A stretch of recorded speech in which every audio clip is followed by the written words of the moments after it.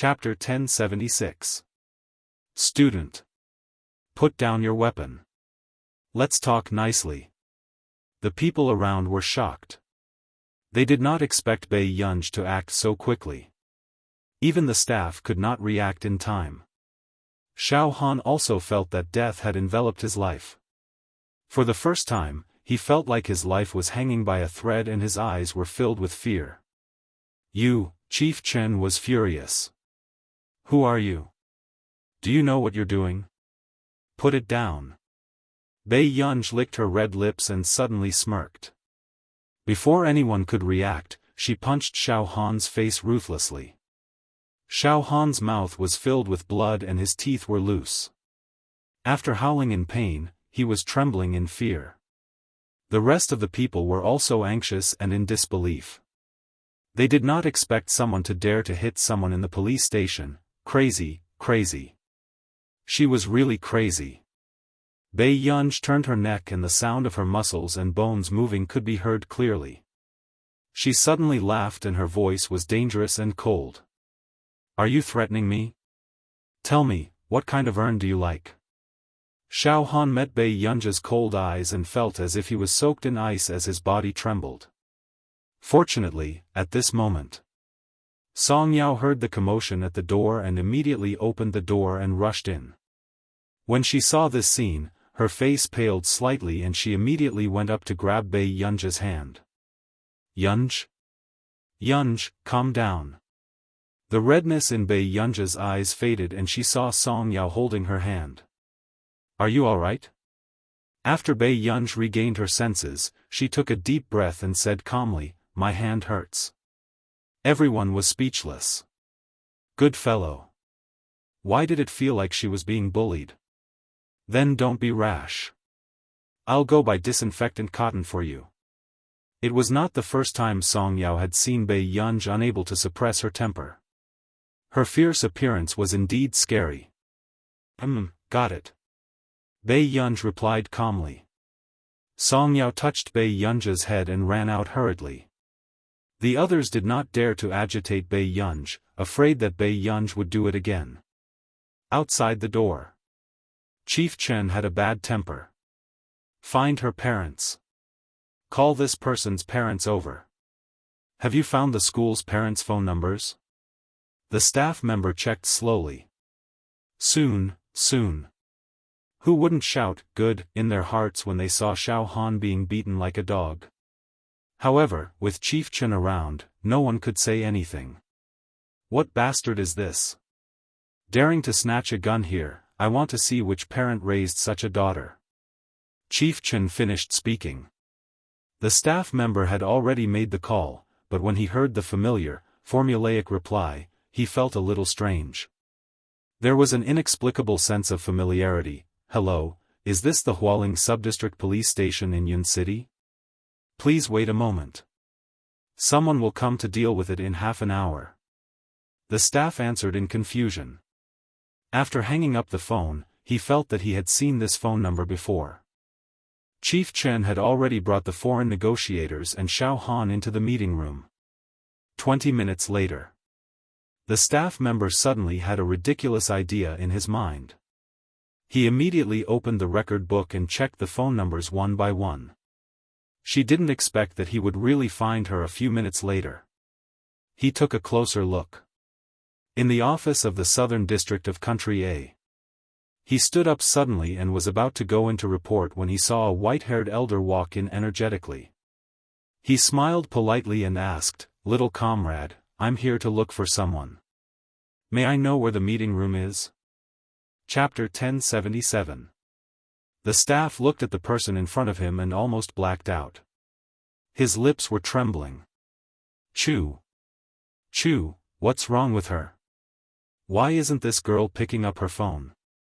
Elder Chu turned on his flip phone seriously and kept calling Bei Yunj. He did not expect the other party to suddenly pick up. Before Elder Chu could speak, he heard Chief Chen's unfriendly tone. Bei Yunj's parent? Don't tell me you're not coming. If you're not coming, I'll deal with this child directly. Hearing Chief Chen speak to Elder Chu like this, the staff beside him panicked and did not dare to look at Elder Chu's expression. Knowing that Bei Yunj might have gotten into trouble, Elder Chu's temper was still relatively good. I'm coming. Chief Chen sneered. He did not realize that this voice was exceptionally familiar and hung up the phone. Elder Chu was speechless. Were all the small cadres nowadays so bad-tempered? Elder Chu, I'll handle this matter. The staff carefully looked at the person beside Elder Chu and his heart skipped a beat. Even the person beside Elder Chu was 2 levels higher than Chief Chen. Elder Chu snorted and walked up without explaining. Actually, Elder Chu was unhappy. The news of Bei Yunj becoming the top scholar in the college entrance examination had spread throughout the district. Even Elder Leng had an invitation to the banquet, but he did not. This girl was too heartless. She did not even think about who took care of her like his biological granddaughter when she was training in the district. At this thought, Elder Chu walked up angrily. The staff could not come back to his senses for a long time. Why was it Elder Chu? What are you thinking about? Has Yun's parent gone up? Uncle Lu came over and asked. He also sighed. This child is actually quite good. She likes to help others. It's just that, her temper is a little bad. Coming. The staff nodded, feeling a little numb. All right, I'll go up and take a look. After Uncle Lu finished speaking, the staff suddenly called out to him. Uncle Lu. What's wrong? Uncle Lu was puzzled. Please change your clothes. The staff sized him up and said seriously, it's best if you shave your beard and straighten your back. You'll look more energetic. Uncle Lu was speechless. What was wrong with him? It was not like he was meeting some big boss. What was he doing? Upstairs. They didn't expect that after the incident, the Chief Chen of the crematorium still had a cold expression on his face. Bei Yunj didn't know what to think. She glanced at the phone in Chief Chen's hand and then at Xiaofan, who had just finished bandaging his wound. Xiaofan met Bei Yunj twice and was beaten up twice. Each meal was more vicious than the last. Why aren't your parents here yet? Chief Chen asked coldly. Bei Yunj was also impatient. How would I know which side you called? The school's reserved phone number had been changed over and over again by those people who couldn't be provoked. If she asked a few more questions, they would think that she was annoying them. Chief Chen's expression changed. Ridiculous. Don't you know who your own parents are? He sneered. Today, no matter who your parents are, what you've done is enough for you to bear legal responsibility. At that time, even if you are sent to the international border prison, you asked for it. Who do you think you are? Do you think you can be the hero for everything? Bei Yunja's eyes twitched. Before she could say anything, a voice came from the door. Why do you have to go to prison if you want to be a hero? Chief Chen knew that Bei Yunja's parents had arrived. He turned around and sneered. No wonder you dared to commit murder in the bureau at such a young age. I think it's because the upper beam is not upright, Elder Chu. Chapter 1078. Director Chen instinctively stood up, his entire body tense. His mind was in a mess. He didn't understand why Elder Chu would appear here. And one of the foreigners happened to have seen Elder Chu before. His expression changed slightly and he had the same question as Director Chen. The upper beam is not upright and the lower beam is not upright? Elder Chu laughed, but there was no smile on his face. From the beginning to the end, he gave off an inviolable sense of dignity. Silly girl, what did you do this time? You got someone to scold me while you were at it. Although he was scolding Bei Yunj, Director Chen was scared witless. He felt that Elder Chu's words were directed at him. After regaining his senses, Director Chen's face turned even paler and he looked incredulous.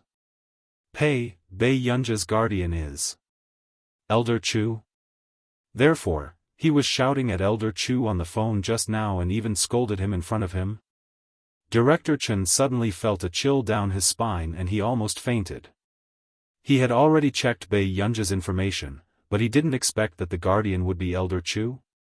Elder Chu only glanced at him indifferently and said calmly, "Don't worry about my identity. I'm here this time to find out what this fellow has done. If she's really guilty, I won't disobey the law. But if my girl is being bullied..." Elder Chu sneered, but everyone present had a bad feeling. This old man isn't dead yet. I want to see which dog dares to bite my head. As soon as he finished speaking, everyone's scalps went numb and they didn't dare to look at Elder Chu. Everyone knew that Elder Chu was famous for his bad temper and he never gave anyone face. But it was this kind of Elder Chu who had made countless contributions when he was young. Even many of the main characters in movies and TV series were based on him. At this moment, Director Chen's legs were already trembling. He swallowed his saliva and his eyes were still empty. How could Bei Yunji's guardian be Elder Chu? Originally, he had planned to solve this matter without telling the higher-ups. After all, Xiaofan's background was very powerful and even had connections with Country A. It was fine for him to give Xiaofan some face. Besides, he didn't think that it was worth it to create a conflict between two countries for a powerless woman. But the unexpected mistake was, this Bei Yunji. Bei Yunji also fell silent. Not long after, she asked, "Old master? You, my guardian?" She couldn't understand why this group of old men had such similar interests. She liked to be a parent everywhere she went. "Why? Can't I?" Elder Chu said confidently. "All right." Bei Yunji leaned back, closed her eyes, and rubbed her eyes. She didn't care if there was one more person. "What's wrong with you? You didn't even pick up your phone?" Elder Chu was very engrossed in his role. Bei Yunji glanced lazily at Director Chen, who was about to shut himself up. "How are you going to pick it up if it's taken away?" Director Chen, who was holding Bei Yunji's phone, was speechless. Under Elder Chu's gaze, Director Chen slowly placed the phone in front of Bei Yunji. "Who can tell me what's going on?" Elder Chu asked coldly. Director Chen's body stiffened at this moment. He didn't dare to push the blame to Bei Yunji. He was afraid that Elder Chu would get angry and throw him out. Xiaofan was not afraid at all. "It was Bei Yunji who hit me time and time again. She even pointed a gun at me." Elder Chu looked at Bei Yunji. "Did he do that?" Bei Yunji said slowly, "Yes." Chapter 1079. Lai Yunqing laughed sarcastically from behind. She wanted to see with her own eyes how Bei Yunji was asking for trouble. Suddenly, the man beside her walked towards Bei Yunji. This made the sarcasm in Lai Yunqing's eyes grow stronger. But in the next moment, the man looked at the little girl in front of him casually for a while. Suddenly, he chuckled softly and naturally went along with her intentions. "Then I'll try it first." The man's tone was neither fast nor slow. Before Bei Yunji could regain her senses, his slender figure had already bent down and his ambiguous breath was on her cheek. The itchy and hot invasion made her even more unbearable. Bei Yunji's body froze. She felt that in this position, the man's thin lips would be able to touch hers if they were just a little closer. At this moment, the man's gaze was unfathomable, as if there was some kind of desire surging in his eyes. He stared straight at her, making her ears burn. She did not expect this D*MN man to use his gaze to seduce her in front of others. Before Bei Yunji could move, the man's low and hoarse laughter drifted into her ears. It was so seductive. It's quite sweet." As soon as she finished speaking, the man's lips suddenly curled up. His slender and well-defined fingers slowly stuffed the black wallet into the little girl's pocket. Huashida's low laughter was not very serious, but it was also so intimate that it made one's head heat up. "Little rich woman, feed me." Bei Yunji instinctively raised her hand, but when she reacted, the man reached out and grabbed her slender wrist. He gently bit the strawberry-flavored soft candy that she had just opened. Bei Yunj felt the wetness and heat on her fingertips. Her long and curly eyelashes fluttered violently. The moment she looked up, she saw the man licking his thin red lips. It was so tempting. When Lai Yunqing saw this scene, her face turned green and red. Her face was filled with disbelief. She had also seen the man's intimate and ambiguous behavior towards Bei Yunj just now. How did Huashidu know Bei Yunj? And they were so close? At this moment, only Luo Xie glanced at the candy wrapper in Bei Yunj's hand and suddenly froze. Wasn't this the candy wrapper he saw in Nancy's lab? Luo Xie suddenly raised his eyes. His mind had a very frightening guess. He looked at Bei Yunj. Bei Yunj looked at the man. After resisting the urge to kiss him for a while, she heard Luo speak to her. What is it? Luo Xie immediately asked, where did you get this candy? Bei Yunj, a dark look flashed across her eyes, and she said slowly, I got it from Nancy. Luo Xie unconsciously let out a sigh of relief, but he still asked, really? Bei Yunj was also very patient. Yes. That's good. Luo Xie immediately relaxed. After looking at Bei Yunj, he also felt that he was thinking too much. Bei Yunj was not even 20 years old. She was probably a few years older than him. How could they be the same person? Suddenly, Bei Yunj saw from the corner of her eye that the back of Huashidu's knuckles were slightly red. Brother, what happened to your hand? Does it hurt?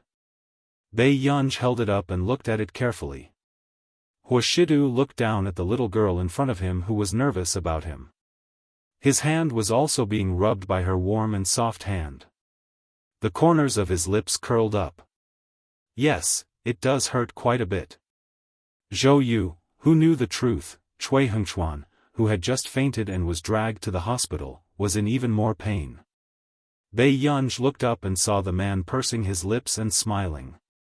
His peach blossom eyes seemed to float up, and the corners of his eyes were slightly raised. The way he stared at her was too voodoo.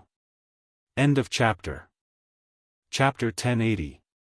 Bei Yunj immediately let go of his hand and turned her face away unnaturally.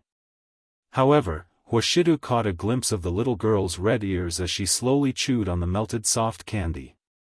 How did Mr. Hua get to know Miss Pei? Lai Yunqing asked with a stiff smile. But a moment later, Lai Yunqing's expression changed slightly as she realized that the man did not like others probing about him at all. She immediately forced a smile. I didn't expect Miss Pei's identity to be so extraordinary. To Lai Yunqing, what was even more extraordinary was Bei Yunj's methods. She could actually get close to Huashidu, similarly. Lai Yunqing could not hide her jealousy and hatred as she looked at Bei Yunj. Because of Bei Yunj, her younger brother, Lai Yunheng, was not only expelled from K-Continent Academy, but also had to take a leave of absence for 3 months to recuperate. However, Bei Yunj's relationship with Huashidu was not ordinary. She could not risk the Lai family and offend Huashidu. All of a sudden, Huashidu reached out and rubbed the space between the little girl's eyebrows intimately with his fingers. The warmth that remained on her skin was ambiguous as he said faintly, Yun, you'll be returning to school in a few months. Do you want to find a tutor here?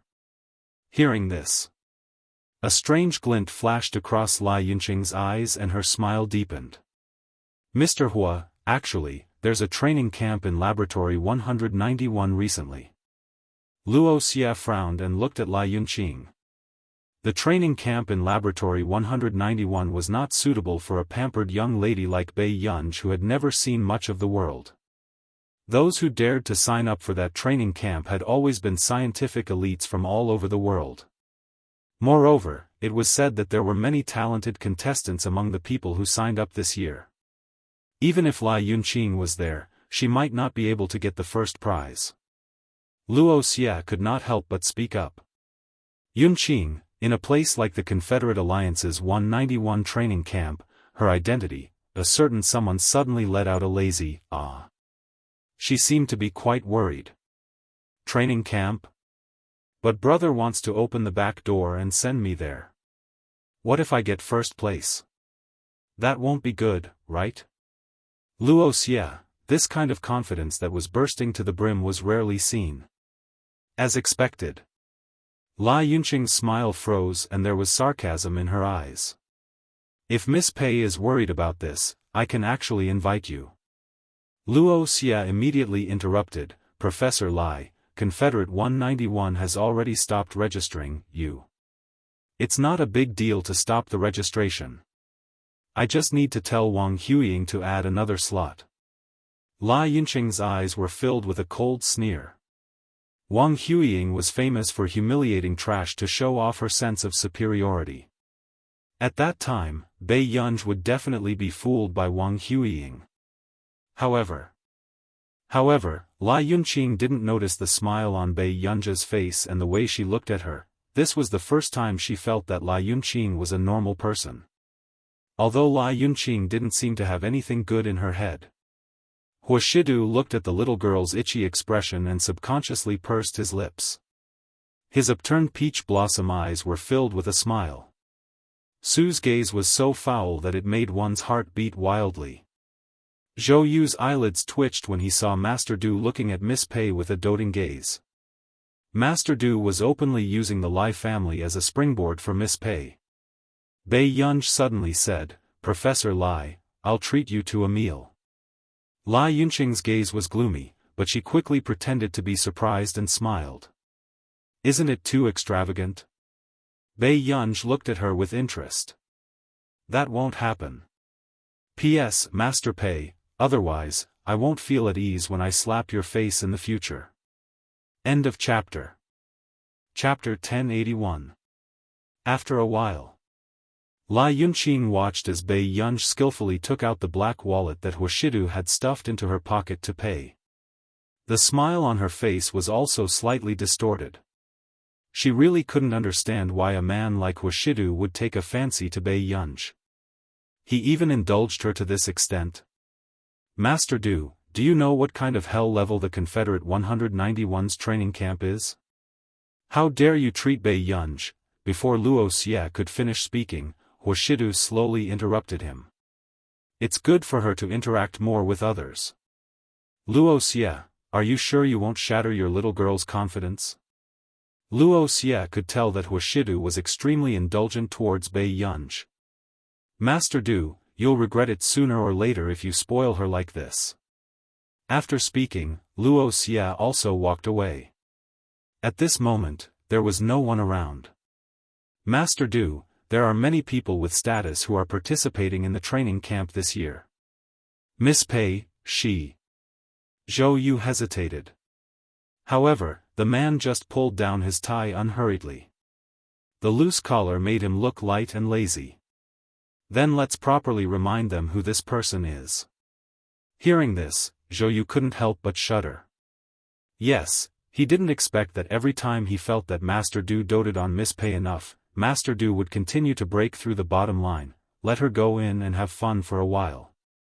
Huashidu smirked as he watched Bei Yunj walk towards him. Aren't you going to treat someone to a meal?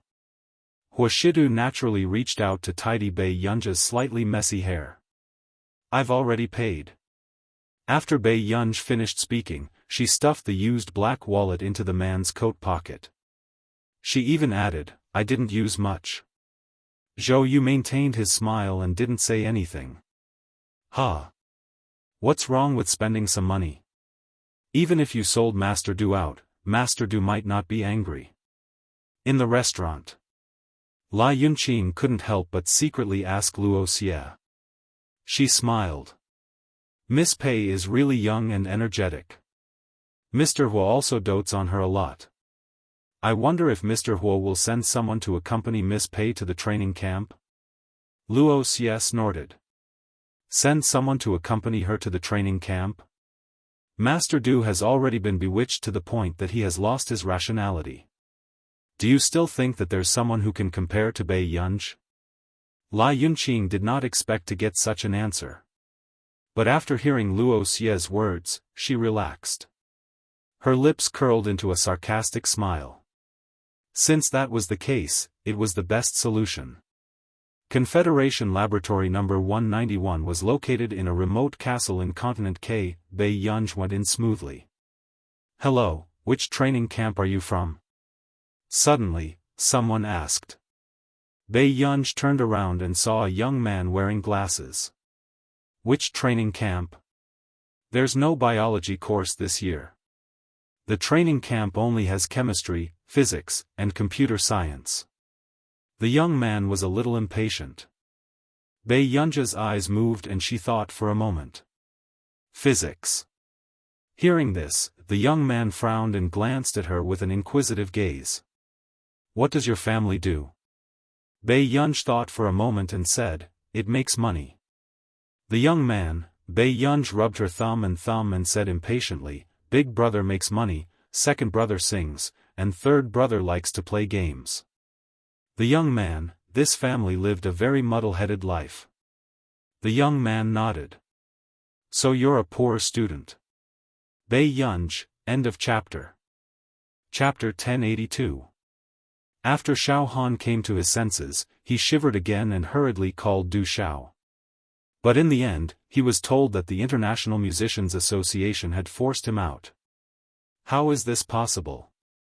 How could this be? Xiaofan's face was ashen and his heart was throbbing with pain.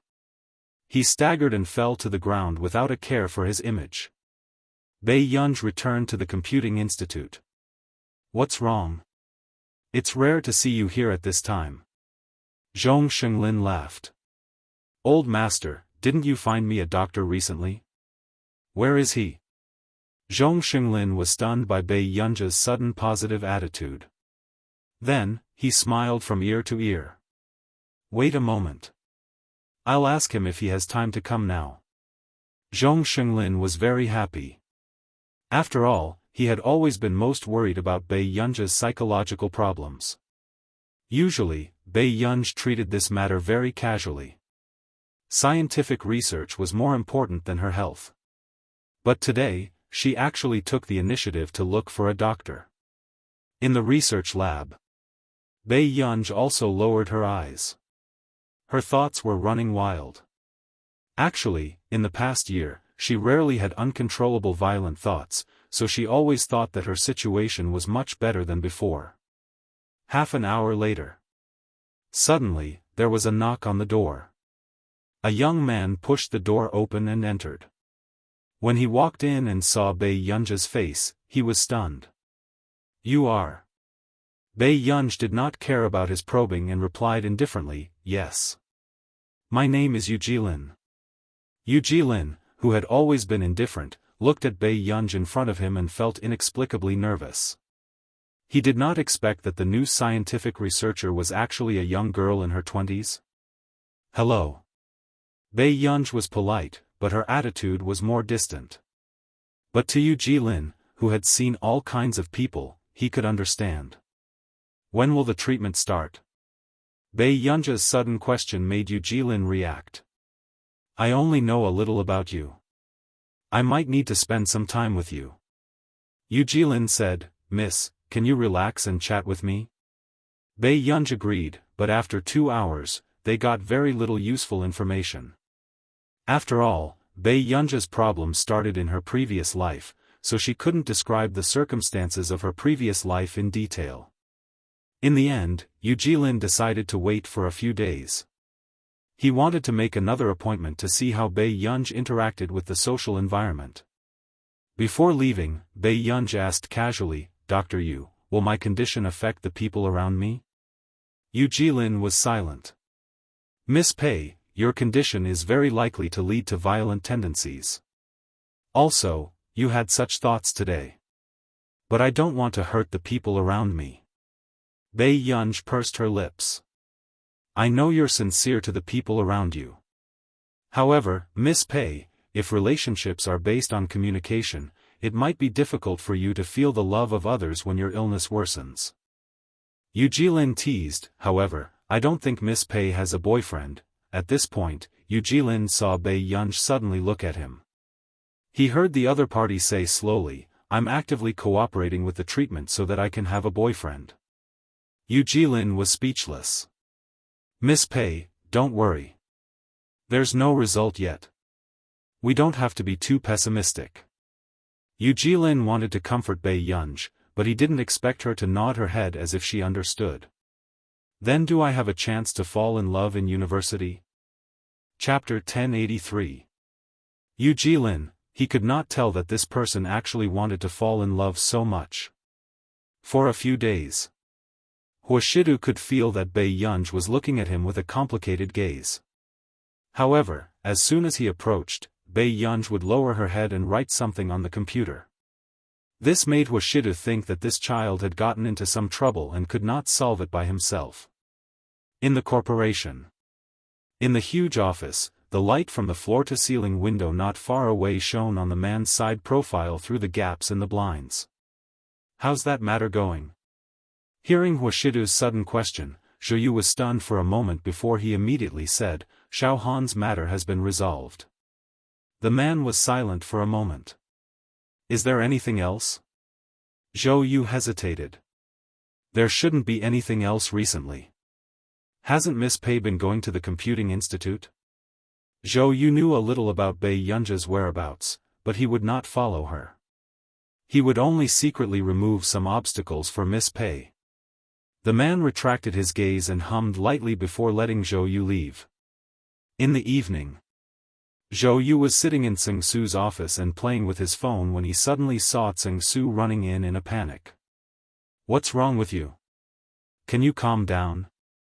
If Master Du sees you, you will be despised again. Zhou Yu's eyes were filled with disdain. Tseng Su seemed to have suddenly entered a meditative state and cursed again. F***ck, Zhou Yu, ? Then, Zhou Yu's face darkened. What are you doing? I only sat in your office for a while. What's with your attitude? No, Tseng Su swallowed his saliva and said with some difficulty, I went to a hotel near Muse today to accompany a customer for a meal and saw Miss Pei, and then? Zhou Yu asked instinctively. I saw her walk into Muse with a man beside her. After Tseng Su finished speaking, Zhou Yu was about to say something when he suddenly noticed someone passing by the door. His expression changed and he gestured for Tseng Su to shut up. However, Tseng Su was very excited. Do you know Muse? This is a bar. Miss Pei actually swaggered into a bar with a man. This is clearly the little cabbage that our Master Du has painstakingly raised has been snatched away by someone else. Zhou, do you dare to stab Master Du in the heart again? Zhou Yu had no choice but to brace himself and stand up. Master Du, Tseng Su's body trembled when he heard this. It was over. Huashidu only glanced at them unhurriedly. There was no expression on his face as he walked away. Seeing this, Zhou Yu swallowed his saliva and asked carefully, Master Du, is he angry or not? After so many years, I still haven't been able to figure it out through Master Du. You don't have to think about this. As long as it concerns Miss Pei, Master Du is no different from an ordinary man. Tseng Su still felt as if the god of death had just descended upon him, and his heart was still filled with lingering fear. Muse. Bei Yunja's eyes twitched. Observe from here? Yes. You just sit at the bar counter. If someone comes looking for you, you can chat normally like before. Yu Jilin even brought a book to analyze and record at any time. Bei Yunj, this was the first time he had encountered such a treatment method. Bei Yunj walked to the bar counter and sent a message to Huashidu, saying that she would be home later today. Very quickly, the man replied to her message simply.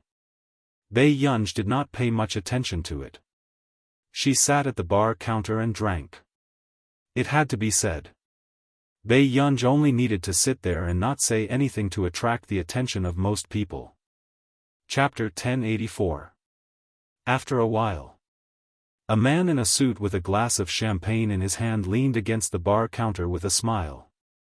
Miss, are you alone?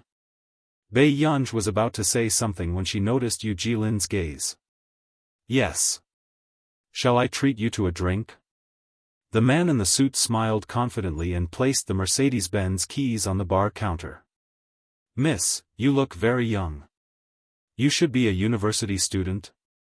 Bei Yunj bit the straw for a while and looked down at the low-alcohol cocktail he handed over. She suddenly laughed. The way she raised her eyebrows was charming and charming.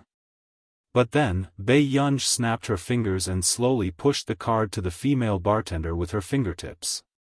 She smiled familiarly and said, I'll treat everyone here today. As soon as she finished speaking, the man in the suit turned green. As the most high-end bar in Yuncheng, Muse gave a first-class customer experience. Of course, the drinks were also the most expensive. Even if it was him, he wouldn't dare to buy everyone's drinks just for a woman. For a moment, there were cheers in the bar. Yu Jilin, who was not far away, was stunned by Bei Yunj's actions. He had wanted to see how she would politely reject others or chat with others casually. After all, the atmosphere in a bar was very relaxed, but it also tested one's social skills. However, he never thought that the moment Bei Yunj came up, she would be like a frequent customer of a nightclub. She scared everyone away, but fortunately, although Bei Yunj's lineup was a little big, there were also many people who came for her face. Yu Jilin eavesdropped on them. Miss, do you have any hobbies? Bei Yunj didn't even look up. Scientific research. It was rare to see two words end a conversation. No one would have thought that flirting with girls would require some scientific research. But fortunately, that person's psychological quality was not bad. He forced a smile and said, Is that so? Actually, I'm more curious. What kind of guy does Miss like? Yu Jilin admired such a straightforward pickup artist. But soon, he heard Bei Yunj's perfunctory and playful tone. Good-looking, gentle, at least 1.85 meters tall. It's best if his surname is Hua. My family once told me my fortune and said, the surname Hua can suppress me. This young lady with bright eyebrows and cold eyes, when she said the last sentence, it made people feel inexplicably flirtatious. The flirting man's smile froze. Not to mention the other characteristics of Bei Yunj, the surname Hua alone was rare in Yuncheng. Sir, are you planning to show me your ID card? Bei Yunj poked the ice twice with a straw and asked leisurely. The pickup guy left awkwardly. Yu Jilin numbly recorded Bei Yunj's devastating rejection. However, just as the next person fearlessly came up to hit on her, Hua Shidu happened to be not far away from the hall. He looked at the girl at the bar counter who was smiling. She was talking to a young and unfamiliar man. Hua Shidu's pale-colored eyes were filled with emotions, and the surrounding atmosphere was inexplicably depressed. Tseng Su and Zhou Yu's eyes were about to twitch. Why did they encounter such a scene as soon as they entered? At the same time, this was the first time they felt sorry for their Master Du and feared him.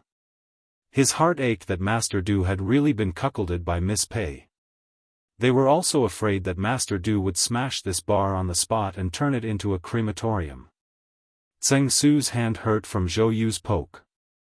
He could only think of a way to comfort him. Master Du, don't think too much. Maybe this is Miss Pei's brother? Zhou Yu. Chapter 1085. At this moment, Elder Ma explained, as the laboratory has been busy recently, there is a shortage of manpower, so the physics and computing competitions are combined this year. However, each team should have 2 or 3 computing contestants, so don't worry. The contestants were speechless. Wasn't this a little too cruel? Different professions were worlds apart. They were actually competing together? Not long after, everyone accepted this fact. Actually, everyone knew a little about physics, but it was not necessarily the case for computing. Therefore, the contestants who knew computing were the key. At this moment, Su Jihuan came to her senses and subconsciously grabbed her team member list. She looked at the new member and had a terrifying premonition. Are you Hu Chengzhong or Bian Xiaotan? Du Chaoya's expression was also not very good. He just smiled at her. This smile and silence was already very clear. It was over. She had just chased away 2 computing contestants. The remaining 4 were all physics contestants. Were they going to lose in one round? Not far away, Wang Huiying saw Su Zhihuan chase away the 2 computing contestants and her smile deepened. Originally, she had picked the 2 weakest computer players for Su Zhihuan so that Su Zhihuan would lose early. She did not expect Su Zhihuan to take the initiative to chase them away. I remember that Miss Wang is the same as me. You've learned computing before, right? Tang Fengyin smiled. Wang Huiying turned around and also smiled easily. Yes, it shouldn't be difficult for us. As long as we get first place, the following situation will be very good for us. No problem. Bei Yunj raised her eyebrows and went into the room to look at the competition rules. She was quite surprised. It's really programming. Su Zhihuan could no longer hold it in. I'm sorry. I chased away the 2 computing contestants just now. Now, I'll beg them to come back. I definitely won't implicate you guys. However, before Su Zhihuan left, she heard Bei Yunj say, no need. This isn't difficult. Tang Yi subconsciously asked, you know computing? A little. After Bei Yunj finished speaking, Du Chaoye frowned again. But the other party has at least 2 or 3 computing contestants. Can you do it alone? Yes. Bei Yunj sat down and turned on the computer. Su Zhihuan immediately went over and asked curiously, you've learned it before? When did you learn it? Bei Yunj, I forgot. I haven't touched this thing in a long time. Su Zhihuan and the other 2, so how did you manage to remain so calm? Bei Yunj thought that her teammates were silent because they could not understand the game. It's a small game. It's quite simple. It's probably about entering the war zone through a bug and snatching flags. The ranking is determined by the points. However, the others were even more silent. Bei Yunj, soon, the competition began. The 9 war zones with loopholes were opened at the same time. However, because the first 9 battle zones were ranked according to the difficulty, no one disrupted the order and started from the last battle zone. The remaining 3 team members could only watch as Bei Yunj scanned the 9 battle zones and tapped away on the keyboard. But in less than 10 minutes, Su Zhihuan saw that Bei Yunj seemed to have changed the battle zone. What was even more eye-catching was that Bei Yunj had jumped out from the last battle zone. Su Zhihuan was very anxious. Although she did not understand what Bei Yunj was doing, since there was no increase in points, it meant that Bei Yunj did not get a flag. She wanted to persuade Bei Yunj to start from the simplest battle zone, but she was afraid of hurting Bei Yunj's confidence. P.S. Good night. End of chapter. Chapter 1086. Sir, who are you looking for? Someone asked. Yu Jilin smiled. Miss Pei. At this moment, everyone in the private room felt the pressure around someone become even lower, making it hard for them to breathe. Suyu continued to watch the show. Oh. Sir, what's your relationship with Miss Pei? I'm Miss Pei's. The doctor. Before Yu Jilin could finish speaking, Bei Yunj interrupted him. Just friends. The people around did not think much of it. Yu Jilin raised his eyebrows. He understood that Bei Yunj did not want anyone to know about her illness. Yes. Yu Jilin smiled. However, in the man's eyes, it was a different story. The man suppressed the darkness in his eyes. Under the ambiguous light, even his gaze became unfathomable. Suddenly, Huashidu said unhurriedly, "What do you want to play?" Everyone's eyes lit up. This was the first time Master Du had participated in such a boring and meaningless game. Bei Yunja's eyes twitched. She knew that this man's abnormality today had something to do with her. She immediately said, "Yu Jilin, you can go back first. I'll go back later." With that said, Bei Yunja's gaze fell on Huashidu. Yu Jilin's eyes flashed and he looked at the man beside Bei Yunj. After a while, he said, "Okay." He waited for them to leave. Bei Yunj looked at Huashidu and tugged at his sleeve. "Brother?" Seeing that his reaction was still cold, Bei Yunja's eyelids twitched. "Miss Pei, are you going to participate?" Suyu asked excitedly and teased. "However, Miss Pei has so many friends. You should play this kind of game often, right?" "Then, haven't I met my match?" Bei Yunj looked at him with a faint smile. She had long been unhappy that Suyu had asked Huashidu out for no reason. "Mr. Su, you're too polite. How can I compare to your skills that you exchanged for your height?" Suyu, who had been exposed again, was speechless. What did she mean? She couldn't bear to scold that person and vented her anger on him?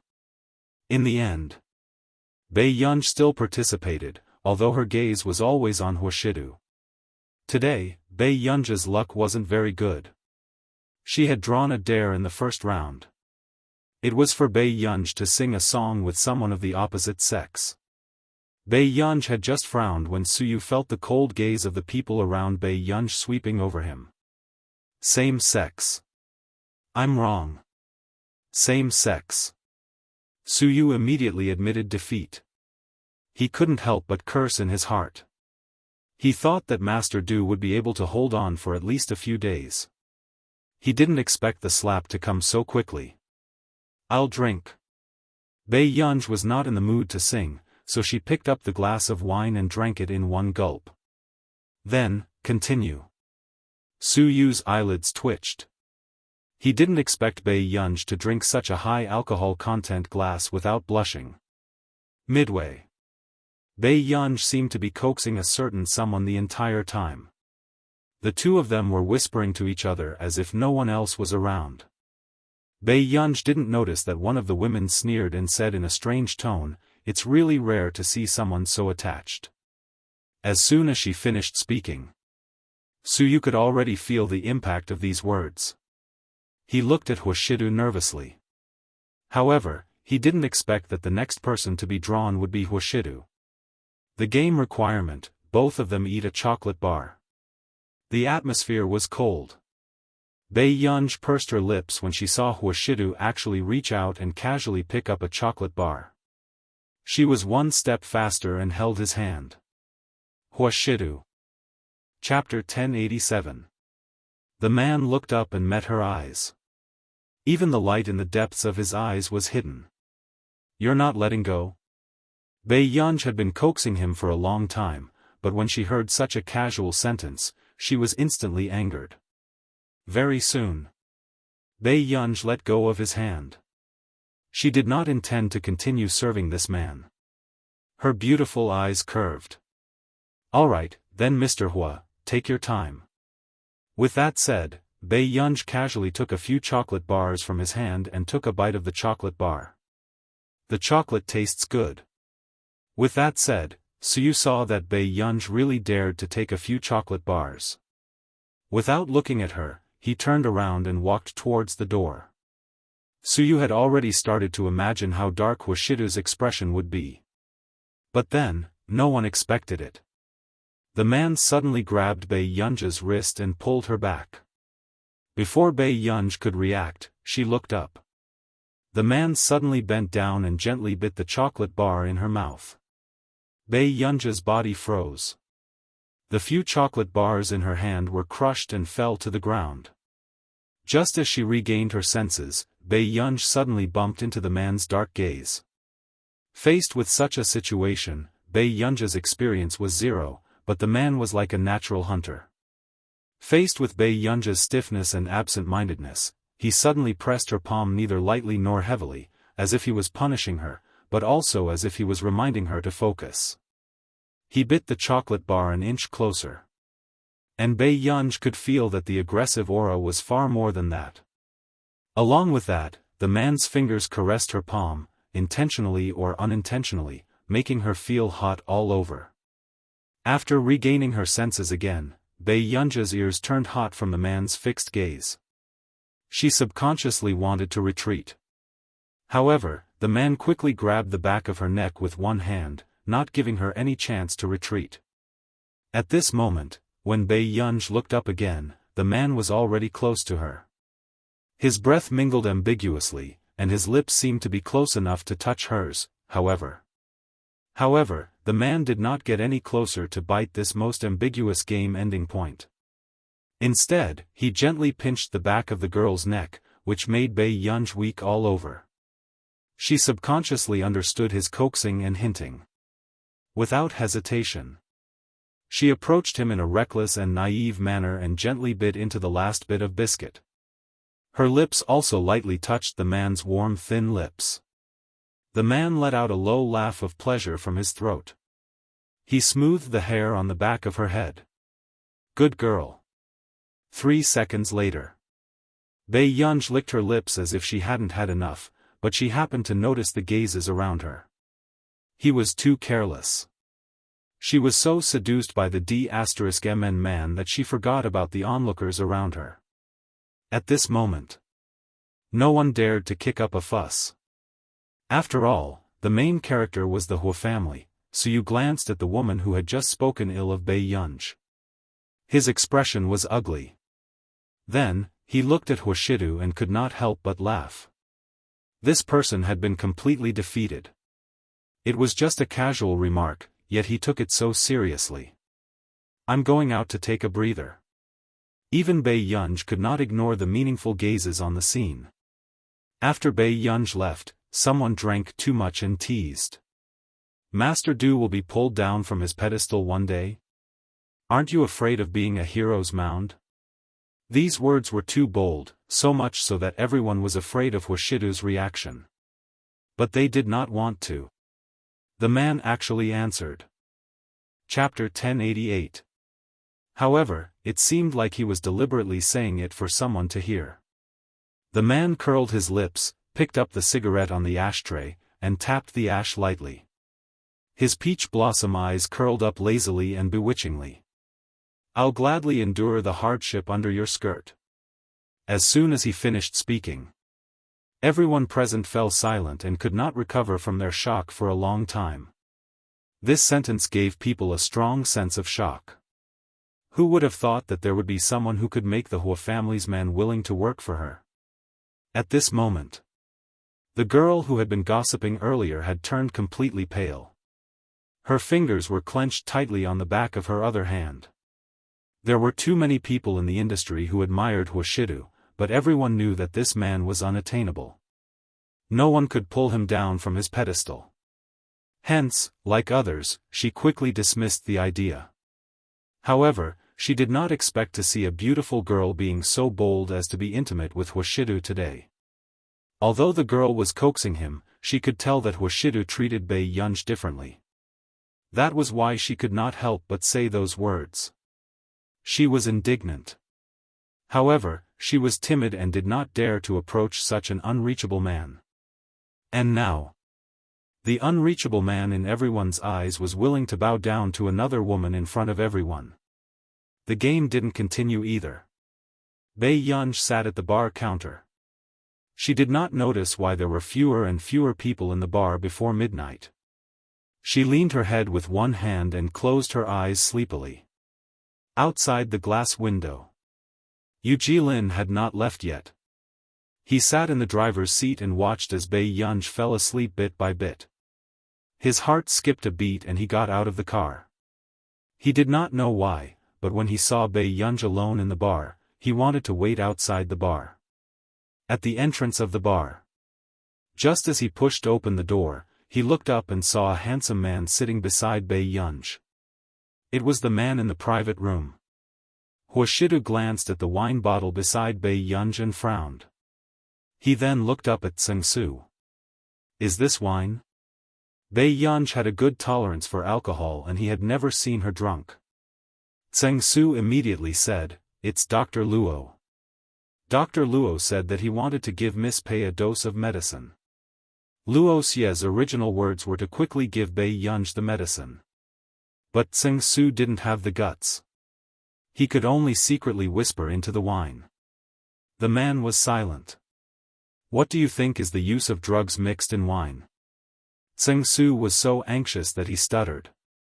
Master do, how could he have thought so much? He couldn't just ask Bei Yunj if she wanted some medicine, right? Moreover, Miss Pei didn't know that Master Du knew about her illness, therefore, when he saw that today was a good opportunity, he immediately acted.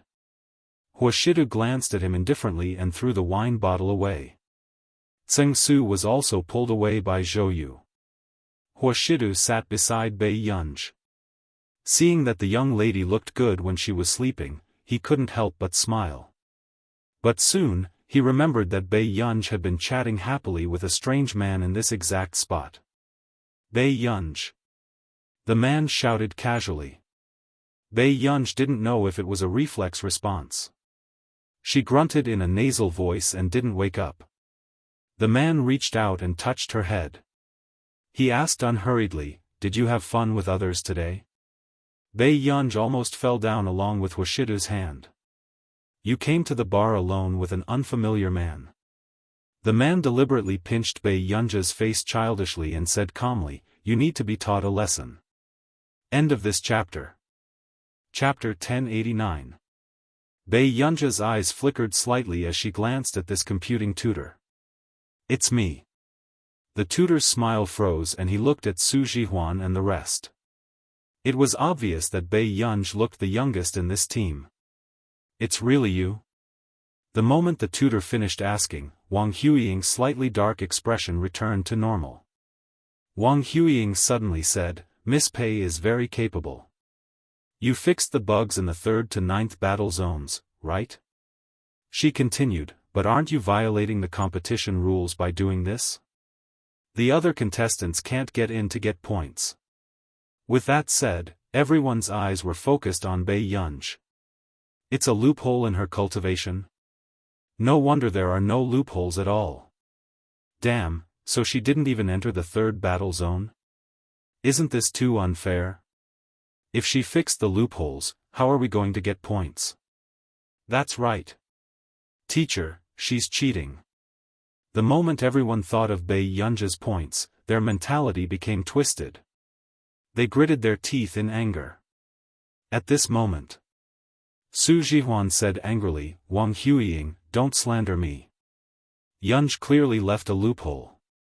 The rest of the people laughed coldly. Left a loophole? Alright, where is the loophole? Why can't anyone enter? Now, everyone suspected that Bei Yunj was in the battle zone herself, so she simply fixed all the bugs. The computing tutor also frowned.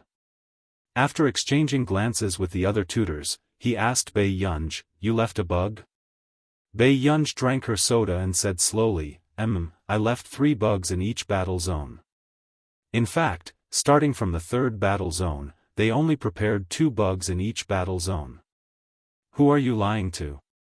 "Teacher, since she's stubborn, let her attack it herself." The girl behind Wang Huiying laughed coldly. "If she can't attack it, let her get out of the competition." "No, their team is in the same team. They have to withdraw from the competition." Hu Qingzhong and Bian Xiaotan, who had left Bei Yunj's team previously, sounded even more unfriendly. "That's right. So what if she fixed it? Who are you lying to?" The tutor furrowed his eyebrows. Actually, no matter what, he didn't want to miss this good seedling. Even if Bei Yunj lied in public. However, just as the tutor was about to say something, Bei Yunj's smile did not reach her eyes. "Why? If I go in, will you all get lost?" "You." The girl behind Wang Huiying gritted her teeth and sneered, so be it. "Elder Ma, you heard it too. She said it herself." Bei Yunj pursed her lips and walked over to the computer without waiting for her supervisor to say anything. The sound of the keyboard attracted everyone's attention. But not long after, everyone saw the interface open. "What's going on?" 1. 2. The person beside him counted the number of people and couldn't control his volume. 7 battle zones opened at the same time. The instructor's expression also changed. He looked at Bai Yunj in disbelief. Did this girl really leave a bug? A computer player murmured, I remember that it's possible to fix bugs in the war zone in the international competition, as long as the player leaves clues, so, Bai Yunj didn't break the rules. However, it wasn't that difficult for top players like them to find bugs in normal competitions. But Bai Yunj's bug was not even discovered by the tutor. This time, the girl beside Wang Huiying turned pale and her voice trembled. How is this possible? Have you thought about how you're going to get lost? Her lazy and smiling voice had a hint of hostility. P.S. Good night, end of chapter. Chapter 1090. Who knew? The man slowly retracted his gaze and denied it lazily. No. Bai Yunj, before preparing to go to the hospital for a physical examination, Bai Yunj finished her breakfast and sat under Huashidu's sofa to read documents. After the weather turned cold, the carpet on the floor was replaced by a Persian carpet. Bai Yunj preferred to lean on the coffee table with one hand and glance at the man's side profile out of habit. After a while, Bai Yunj heard Huashidu talking to someone on the phone. The other party should be an older elder. Before hanging up the phone, he happily introduced his niece who had returned from studying overseas to Huashidu. Huashidu blocked him without revealing anything. He only said that he had a delicate girl at home and was not in the mood to care about others. He did not name him, but the other party was a smart person and quickly understood what Huashidu meant. It turned out that this person from the Hua family was already hiding a mistress. You're not going to continue reading? Huashidu saw the little girl staring at him. I'm done. Bai Yunj leaned her head against the sofa, her black hair falling loosely. As usual, she played with the man's slender fingers in boredom. Huashidu was also used to Bai Yunj scratching his palm a few times like a cat when she had nothing to do. She also played happily. Even Tseng Su was numb when he saw this scene. Bai Yunj suddenly asked, Brother, do you have a drinking session today? She heard it over the phone just now. Yes, I'll be back later. Huashidu did not even look up. As soon as he finished speaking, there was no sound in the living room. Bai Yunj looked at Huashidu's serious side profile. When the man was working, his sleeves were also rolled up elegantly, revealing his beautifully muscled forearms. His pale-colored pupils were less frivolous, but they were even more attractive. After a while, Huashidu felt an itch on the back of his hand. He turned around and did not know what the little girl was doodling on his hand. However, he did not resist. He just wanted her to be happy. It was only when Huashidu finished reading all the information and left with Tseng Su that he remembered what he was doing. Huashidu looked down and saw that Bai Yunj had drawn a watch on his wrist. Tseng Su was also caught off guard when he saw Bai Yunj's masterpiece. Miss Pei was as brave as ever. There was no one more arrogant than Miss Pei. And then, what made Tseng Su's eyelids twitch wildly was that the man who had been carelessly doodled on his hand was not angry at all. Instead, he suddenly laughed. Even Tseng Su could sense the pleasure in the man's chuckle. Master Du, you, Tseng Su gradually could not understand Huashidu's emotional fluctuations. Huashidu slowly untied the expensive watch in his hand and threw it into the groove of the car door.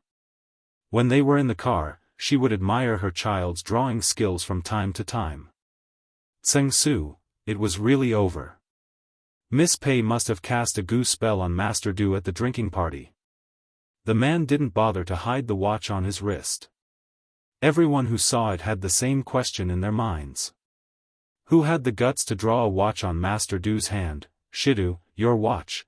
One of them was an uncle who had taken care of Huashidu in the past. Everyone's gaze landed on Huashidu. Who knew? This was the first time they saw it today. Huashidu's lips curled up.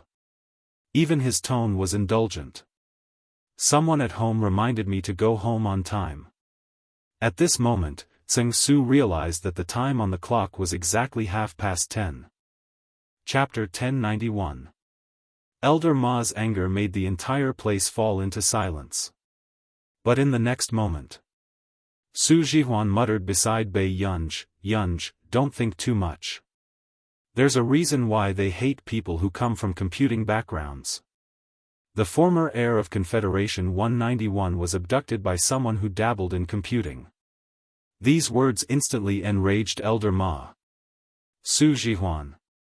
It was not hard to suspect that if Su Jihuan wasn't from the Su family, he would definitely be killed by Confederation 191. It was simply a slap to the face of Confederation 191. "I didn't say anything wrong." Su Jihuan did not admit defeat and his tone was filled with disdain. At the mention of the former heir, Wang Huiying's expression did not look too good either. As for the rest of the people present, they actually did not know much about the internal situation of Confederation 191. Especially these old matters that had been hidden by Confederation 191 in the early years. In the end, Bei Yunj's team was the first to be taken away. On the way, Bei Yunj asked casually, "What's the name of the former heir of Confederation 191? Shi Nani." After Su Jihuan finished speaking, he realized that something was wrong and immediately said, "Yunj, it's better not to mention this. They don't know your identity." Bei Yunj was silent for a moment. "Then what's the name of that computing student?" "I'm not sure. Anyway, he should be a teacher hired by Confederation 191, right? I heard that he's from our country." Hearing this, Bei Yunj felt that this person was most likely Nani. Bei Yunj was speechless. No wonder he hated computing so much. If the people from Confederation 191 knew that Bei Yunj was Nani's disciple and was even sent here to look for information, they would probably die on the spot from anger. So, Wang Huiying is sure Nani's junior? Bei Yunj's eyes darkened slightly. Of course not. Shi Nani is the former heir of Confederation 191. And Wang Huiying's father, Wang Hui, suddenly passed away before he married Shi Nani. Perhaps the heavens are jealous of talent. After Su Jihuan sighed, he laughed coldly. Later, Wang Hui won the position of the heir of Confederation 191 with the excuse of loving his deceased wife deeply. However, after so many years, the Shi family did not let him inherit the laboratory. Su Jihuan's eyes were filled with ridicule.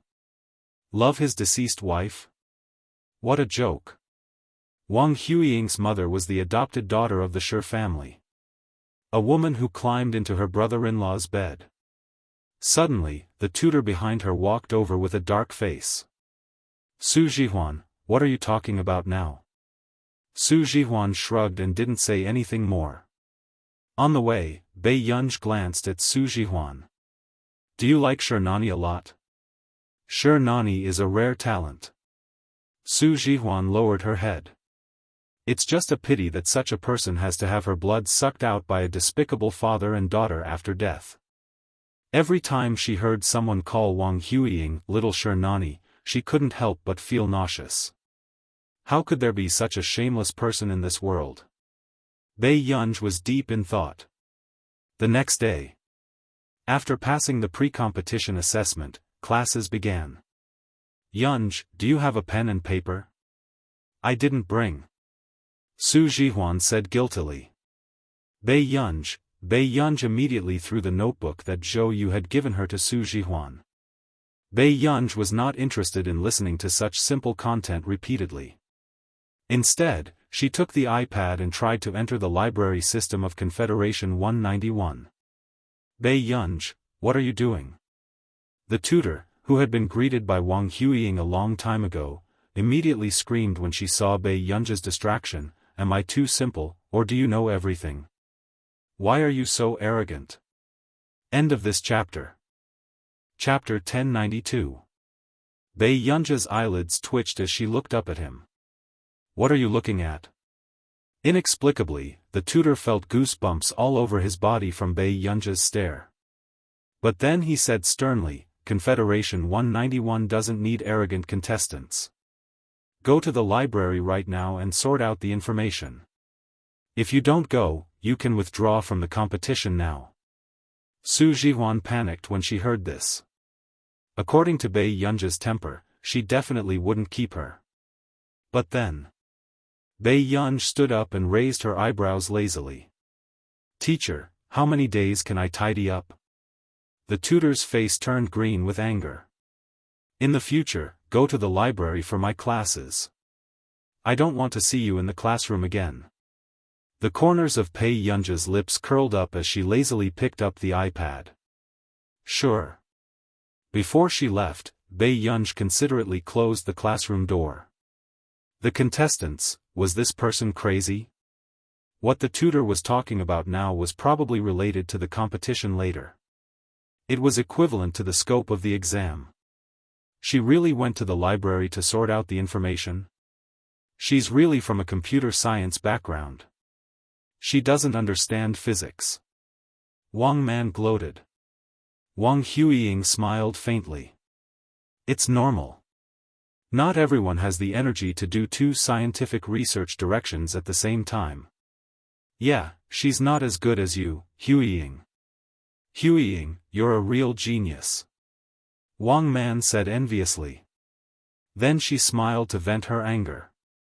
By the way, if the old monster in the library is still there, Bei Yunji would probably be scared half to death.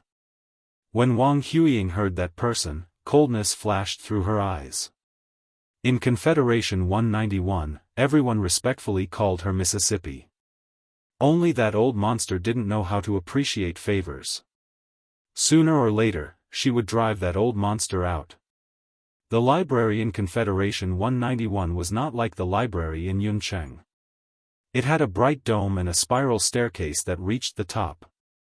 There were also countless rare books in the library.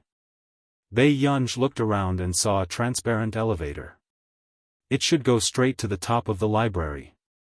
Not long after, Bei Yunji flipped through a few books on the first floor and went up to the second floor.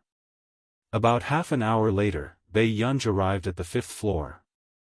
There was a hint of excitement in his eyes. Suddenly, a hoarse and unpleasant voice rang out from behind him. What are you doing? Bei Yunji turned around and saw an old man whose face was burned beyond recognition. His back was hunched, and there was not much gray hair left on his head. Even his scalp was faintly burned, and his gaze gave people a gloomy and uncomfortable feeling. Let me organize the information. Bei Yunji slowly closed the book. You are lying. Who are you? The old man's voice was hoarse and unpleasant to the ears. His gloomy eyes were like those of a ferocious ghost. In fact, it was very easy for people to panic. I'm a trainee. I didn't listen to the lecture and was chased here by my teacher. Bei Yunji's eyes fell on the thing in his hand. Are you repairing books? The old monster froze. It's none of your business. Old mister, this thing must have been repaired for a long time, right? Actually, I can help you. Bei Yunji's words made the old monster sneer. You? I've repaired it. Can I have a look at this book? Bei Yunji picked up the book in his hand. The old monster looked at it and unconsciously narrowed his eyes. Can you really understand this book? It's a bit interesting, but the description is quite immature. Bei Yunji said unhurriedly, it's a book from more than 20 years ago, right? End of chapter. Chapter 1093. The old monster raised his head abruptly and stared at Bei Yunji. After a long time, he said, what's your relationship with Confederation 191? Bei Yunji's lips curled into a smile that did not reach her eyes. Nothing. The old monster was silent for a moment before turning to leave. Come with me. Walking downstairs, Bei Yunji came to a place that looked like a front desk. She also saw some tools to repair books inside. If you can't fix it, I'll get the people from Confederation 191 to chase you out. The old monster was very heartless. Bei Yunji raised her eyebrows and sat to the side to put on her gloves. She said slowly, I didn't say that I could restore this book. But I can restore the contents of the book. You. After being deceived, the old monster's eyes widened in anger. What's so important about a book? The original owner wants to preserve the contents of this book more. After Bei Yunj put on her thin glasses, she slowly flipped through the old book. The old monster was stunned when he saw Bei Yunj write down the missing content of the book bit by bit. Can you really understand this book? Yes. The old monster continued to ask, are you a physics student? I'm a computer science student. When the old monster heard this, he was first stunned, then suppressed his anger. There aren't many good people who study computer science. Bei Yunj, fine. As Bei Yunj wrote the information, she said leisurely, then do you want me to find a few good people who study physics to help you restore the contents of the book? The old monster, it was not that he had not tried, but in the entire Confederation 191, only this girl in front of him could restore Miss Nanyi's book. Little girl, are you really a computer science student? The old monster remembered that Miss Nan Yi was in her 30s when she wrote this book. But this little girl looked to be at most 20 years old, and she was a computer science student? Yes. Does the author of this book have any other books? Bei Yunj continued, I want to understand her other books so that I can be more accurate. When the old monster heard this, he looked suspiciously at Bei Yunj's restored content. But not long after, his turbid eyes shook. The content that this girl had restored was actually the same as what Miss Nan Yi had written back then. The old monster suddenly looked at Bei Yunj. This little girl's talent was too terrifying. Even Miss Nani couldn't compare to her, but if Miss Nan Yi was still alive, she would definitely want to take this girl as her disciple and pass down her lifetime's research. The old monster's eyes dimmed for a moment, but soon, he suddenly raised his head and said hoarsely, little girl, are you willing to take a dead man as your master? Bei Yunj's hands trembled. What kind of question is this? Soon, Bei Yunj said, old mister, stop being so superstitious. When she was alive, she always wanted to find a talented disciple. I want to help her fulfill her long-cherished wish. Then please consider Wang Huiying. Although Bei Yunj felt that the author's book was interesting, she also had a master. But unexpectedly, when the old monster heard this, his tone was full of sarcasm. How can she be worthy of being Miss Nan Yi's disciple? She's just the product of a genetic experiment. Bei Yunj looked up at him. Genetic experiment? The old monster laughed. Little girl, you haven't heard of it, right? That girl is just an experiment. She's different from someone like you, who is favored by God. P.S. Good night, end of chapter. Chapter 1094. Bei Yunj didn't say anything. She just continued to read the book. Although genetic experiments were rare, Bei Yunj had met a living example in her previous life. She just didn't expect to see it again in this life. In her previous life, Bei Yunj's mother, Meng Liang, had a rival since they were in school. Later, she became Meng Liang's colleague, Professor Zhu of genetics. Professor Zhu loved to compete with Meng Ying since she was young. However, she had never won. What made Professor Zhu's mentality even more twisted was that Meng Liang was naughty and mischievous when she was young. She didn't focus on her studies, but every time, her grades would be slightly higher than hers. This made Professor Zhu strongly believe that it was because Meng Liang was smarter than her. Therefore, Professor Zhu had a crazy idea. She and her husband secretly conducted a genetic experiment. The subject of the experiment was her own daughter. She wanted her daughter to be a genius. Since she couldn't beat Meng Liang, her daughter must beat Meng Liang's child for her. When Professor Zhu's daughter was 3 years old, she was told that her daughter was a 1-in-a-million genius. Professor Zhu was so excited that she immediately arranged for her daughter and Bei Yunj to enter kindergarten at the same time. She couldn't wait to see how her daughter beat Meng Liang's daughter. However, what she didn't expect was that Bei Yunj was much more talented than Meng Liang. She learned to read at the age of 2. Not only was she sensitive to numbers, but she also inherited her grandfather's skills in music. She could distinguish the piano keys just by listening to the sound. Later on, no matter how Professor Zhu trained her genius daughter, she was still inferior to Bei Yunj. This made Professor Zhu feel bitter and resentful. She also complained and scolded her daughter. A few years later, Professor Zhu realized that there was a serious problem with her genetic experiment. Her daughter would age faster than ordinary people. She would start to have wrinkles at the age of 14 or 15. Her testosterone levels would be out of whack, and her immune system would be severely weakened. She would often be hospitalized. This was the after effect of the genetic experiment. Professor Zhu started to regret it. Compared to her daughter being outstanding and one in a million, she wanted her daughter to live a long life. Therefore, Professor Zhu started to think of ways to fix everything. However, fate was always in the cycle of karma. When Professor Zhu's daughter found out that she was just a product of her mother's genetic experiment, she chose to jump off a building and end her life. Bei Yunj's eyes darkened. The pen in her hand paused, and a black dot appeared on the tip of the pen. "What are you thinking about? Focus." The old monster reminded him anxiously. Bei Yunj lazily came back to her senses and continued to write. "You don't seem to be interested in genetic experiments," the old monster suddenly said. He chuckled again. "Such a special experiment can greatly improve the progress of human society." Bei Yunj's bright eyes were calm. She said casually, "Shouldn't a researcher have a sense of awe? Humans created civilization, so they should respect life." The old monster was stunned. Not long after, he slowly said, "Little girl, someone taught you very well." Even though he was in the world's top laboratory, he had never heard anyone say such words. "Little girl, are you really unwilling to be Miss Nanyi's disciple?" The old monster asked insistently. His eyes were fixed on her. "What if I can let you inherit Confederation 191? Bei Yunj's eyebrows twitched.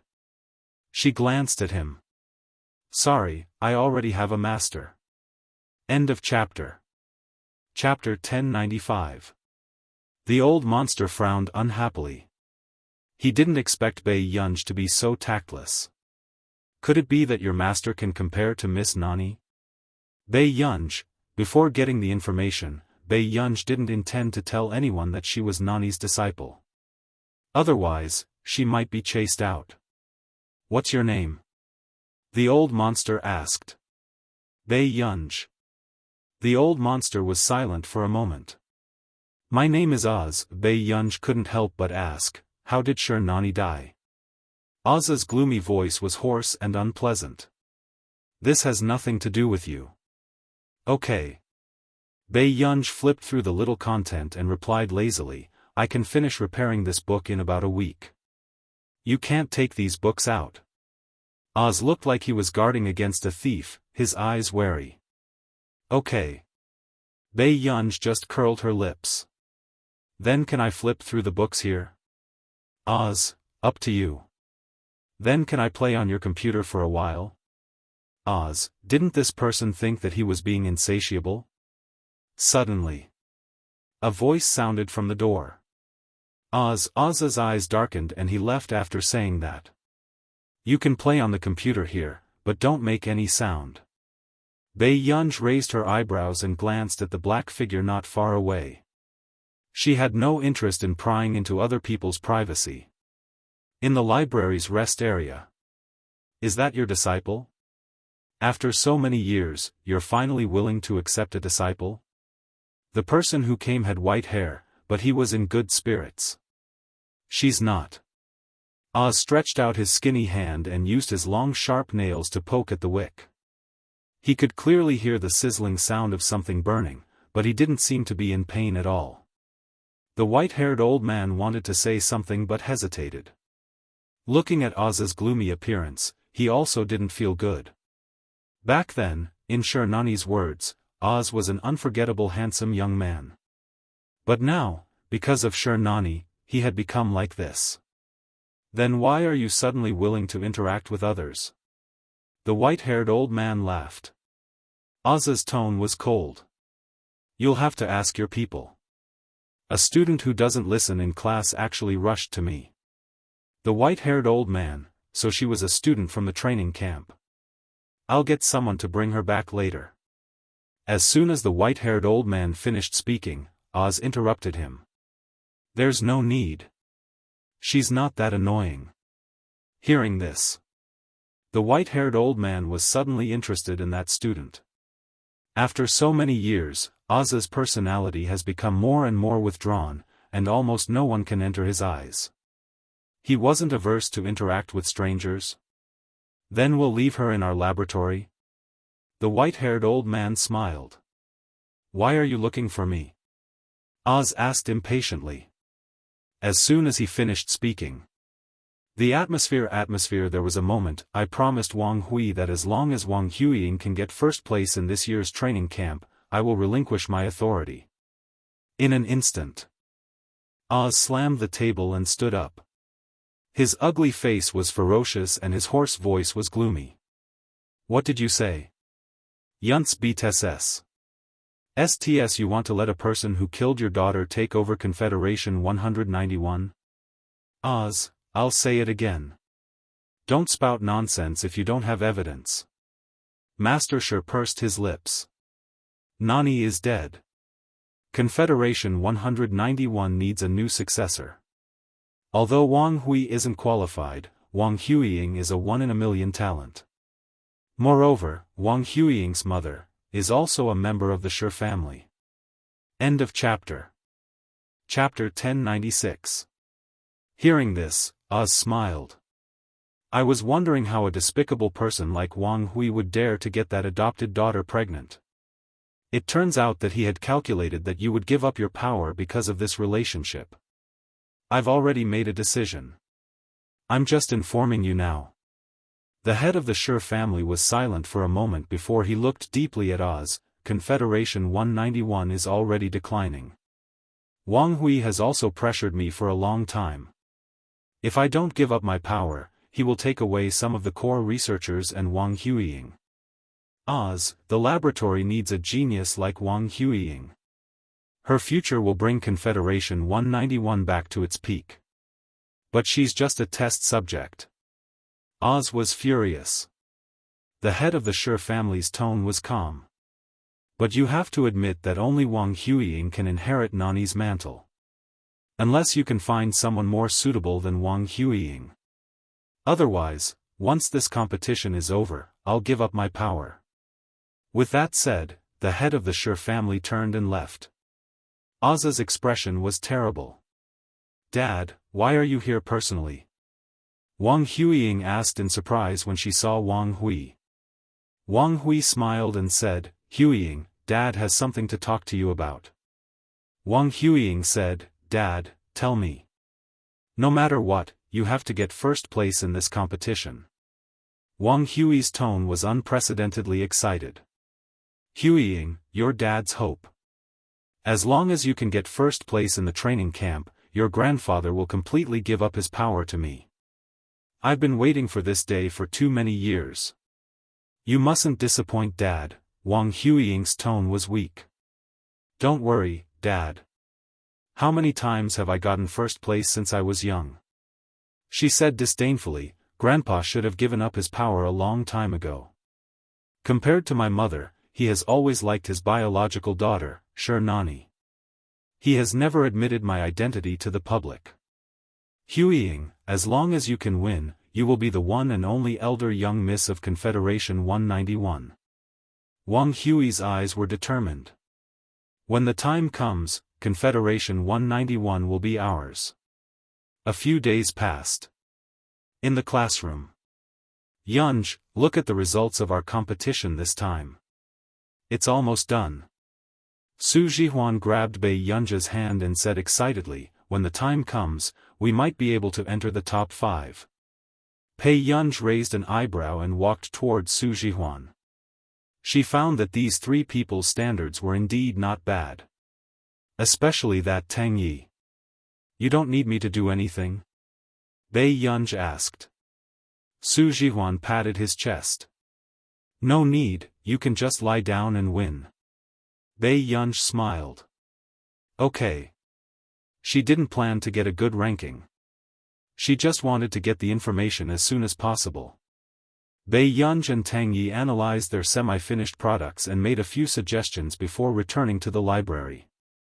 On the other hand, Tang Yi could clearly feel that Bei Yunj's suggestion was more valuable than the previous mentor's suggestion. The library. Seeing Bei Yunj walking around in front of him every day, Oz couldn't help but ask, "Aren't you a contestant? Why don't you go to the competition?" "My teammate said that I can just lie down and win." After Bei Yunj finished repairing the books, he had been flipping through the books on the 4th and 5th floors. He didn't care about the competition at all. Oz, he was really crazy. At first, he actually thought that she could win against Wang Huiying. However, when Oz went downstairs angrily and wanted to check the information of the other contestants, Bei Yunj suddenly received a call. "Yunj, come quickly. Something happened." Su Jihuan was so anxious that she was about to cry. There's actually a written test in the second round of the competition. But there's less than an hour before the deadline. End of this chapter. Chapter 1097. What written test? Bei Yunj paused. I don't know either. No one informed us about this at all. How could this be? Su Jihuan was extremely anxious. I heard from the other teams that their team spent an entire day on the written test alone. Besides, the results of the written test account for 40% of the total results. With that said, Bei Yunj heard Su Jihuan talking to Tang Yi softly and thought that she wouldn't be able to hear her. "Brother Yi, it doesn't matter if Yunj knows about this or not. Why don't we let her continue playing? Anyway, she's a computing contestant and can't help." Bei Yunj was speechless. Tang Ye's eyelid twitched and he quickly took the phone. "Yunj, why don't you come over and we'll do it together? Send me a website address first." Bei Yunj walked to the front desk, turned on the computer, and logged into the written test website. She found that there were about 300 questions. "Yunj, these questions are quite difficult. Let's do it together." Before Tang Yi could finish speaking, Bei Yunj's eyes darkened and she immediately said, "It's too late. I'll do these questions. You guys continue to complete the report." With that said, Bei Yunj hung up the call. On the other hand, Su Jihuan regained her senses and felt suffocated. "Brother Yi, are we really letting Master Pei do this alone? This written test accounts for 40% of the results. If the results of the written test were bad, they might be eliminated in the second round." Tang Yi pursed his lips and could only be firm in the end. "Let's go and complete the report first." But, Su Jihuan wanted to say something but hesitated. In the end, she could only lower her head and sigh dejectedly. This time, they were finished. The second round of the written test? Oz glanced at Bei Yunj and then at his watch. There's only 50 minutes left. There are nearly 300 questions. How did you finish it? Before he could finish asking. In the next moment, he saw Bei Yunj staring at the screen with all her attention. The speed at which she was doing the questions was shocking. The speed at which she was doing the questions did not seem like she was doing it seriously. Could it be that this lass was writing blindly? Oz frowned and walked behind Bei Yunj to watch. However, before he could even finish reading the questions, Bei Yunj would move the keyboard and erase the questions. Oz's eyes hurt and he could only step aside to observe Bei Yunj. If Bei Yunj had been working on the questions seriously, she wouldn't have been able to concentrate on the questions for an hour. But after more than half an hour, Oz barely saw Bei Yunj move. Her eyes were only fixed on the screen. Oz's eyes were dim and inexplicably lost. That's true. How could he finish the Confederation 191 written test in 50 minutes? No one else would be able to do this. 50 minutes later. Bei Yunj also finished answering the questions and submitted her written answers in the last 3 minutes. She unconsciously heaved a sigh of relief. She closed her eyes and lowered her head, her fingers slowly massaging the back of her neck. Suddenly, Oz's gloating voice sounded. It seems that once the results come out, you'll have to leave Confederate 191. Before Bei Yunj could speak, she saw a text message from Su Jihuan. Su Jihuan, Master Pei, are you done? How did it go? When Bei Yunj saw it, she raised her eyebrows lazily. Oz, let's make a bet. Oz asked, what are we betting on? Let's bet on whether our team can get into the top 3. Bei Yunj's lips curved as she picked up her phone. Soon. Su Jihuan received the message. There's no choice. We can only rely on you guys. Su Jihuan, end of chapter. Chapter 1098. Su Jihuan's mind suddenly went blank. We're done for. What do you think? Du Chaoye and Tang Ye's eyes fell on it. Su Jihuan smiled stiffly. Maybe we can only take a gamble. Tang Yi and Du Chaoye, after that bet, Oz found that Bei Yunj had been reading on the 6th floor for 3 consecutive days. Oz couldn't help but ask, didn't you want to get into the top 3? Why are you holed up here? They can do it. Bei Yunj turned a page and leaned lazily on the floor. Oz, don't you have a cushion or something? The floor is a bit hard. Oz's face darkened. I don't have time to serve you like an ancestor. Fortunately, he didn't let this girl become Miss Nani's disciple. Although this girl was talented, she was too confident. Sooner or later, she would suffer a big loss. Oz couldn't help but mock, little girl, don't cry when you lose. Time passed. It was finally the day of the announcement of the results. Bei Yunj had just sat down when she realized that Su Jihuan and the other 2 had dark circles under their eyes. Her eyelids twitched. What are you guys doing? Su Jihuan was still sleepy and her eyes were dull. Brother Yi insisted that we change according to your suggestions, so we stayed up all night for 2 days. Bei Yunj raised her eyebrows. She didn't expect them to work so hard. This is the semi-finals. Only 9 teams will advance. Su Jihuan clutched her little heart and continued, I hope we're lucky and can advance. 9th is fine too. At this moment, Wang Huiying, who came in, happened to hear Su Jihuan's words. Her lips curled and a trace of slyness and ridicule flashed across her eyes. A few days ago, she happened to meet the instructor in charge of the written exam and asked her to help spread the news of the written exam to all the teams. Therefore, in order to get Su Jihuan and Bei Yunj out of the competition early, she specially sent someone to inform Su Jihuan and the others on the last day. She just wanted to see Su Jihuan and the others powerless and have their willpower collapse. The team member beside Wang Huiying laughed. I heard that Su Jihuan's team only found out about the written exam in the last hour of the written exam. It seemed that no matter how well they did, they might not be able to enter the top 9. Originally, I was worried that they would be a threat to us. When Wang Huiying heard the last sentence, her eyes darkened. She smiled and turned her head. Qi, do you think anyone can be compared to me? Zheng Qi smiled stiffly. No. Suddenly, there was a commotion in the crowd. Look, isn't that the head of the Shi family from Confederate 191? My goodness, Patriarch Shi is here in person? Everyone was shocked, but they soon guessed the reason.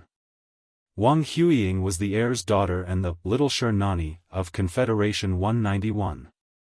Master Shi was probably here to see Wang Huiying take first place. Wang Huiying also straightened her back and couldn't help but smile. She had been waiting for this day for too long. Patriarch Shi is finally blind? He actually came to watch Wang Huiying's competition. Su Jihuan couldn't believe it. Next. Patriarch Shi smiled and said, thank you all for coming to participate in the competition. I'm just here to observe the competition today, so don't worry. After saying this, coincidentally, the tutor arrived late and was still panting. What's going on? Why is a tutor late? Patriarch sure frowned. I'm not. The tutor's expression was ugly and he didn't know what to say. But when he thought of the results of the team he had just run back to check, he couldn't help but feel his scalp go numb. End of chapter. Chapter 1099. Hurry up and announce the results of the competition. Patriarch sure frowned. The mentor wanted to say something but stopped. He couldn't help but glance at Wang Huiying.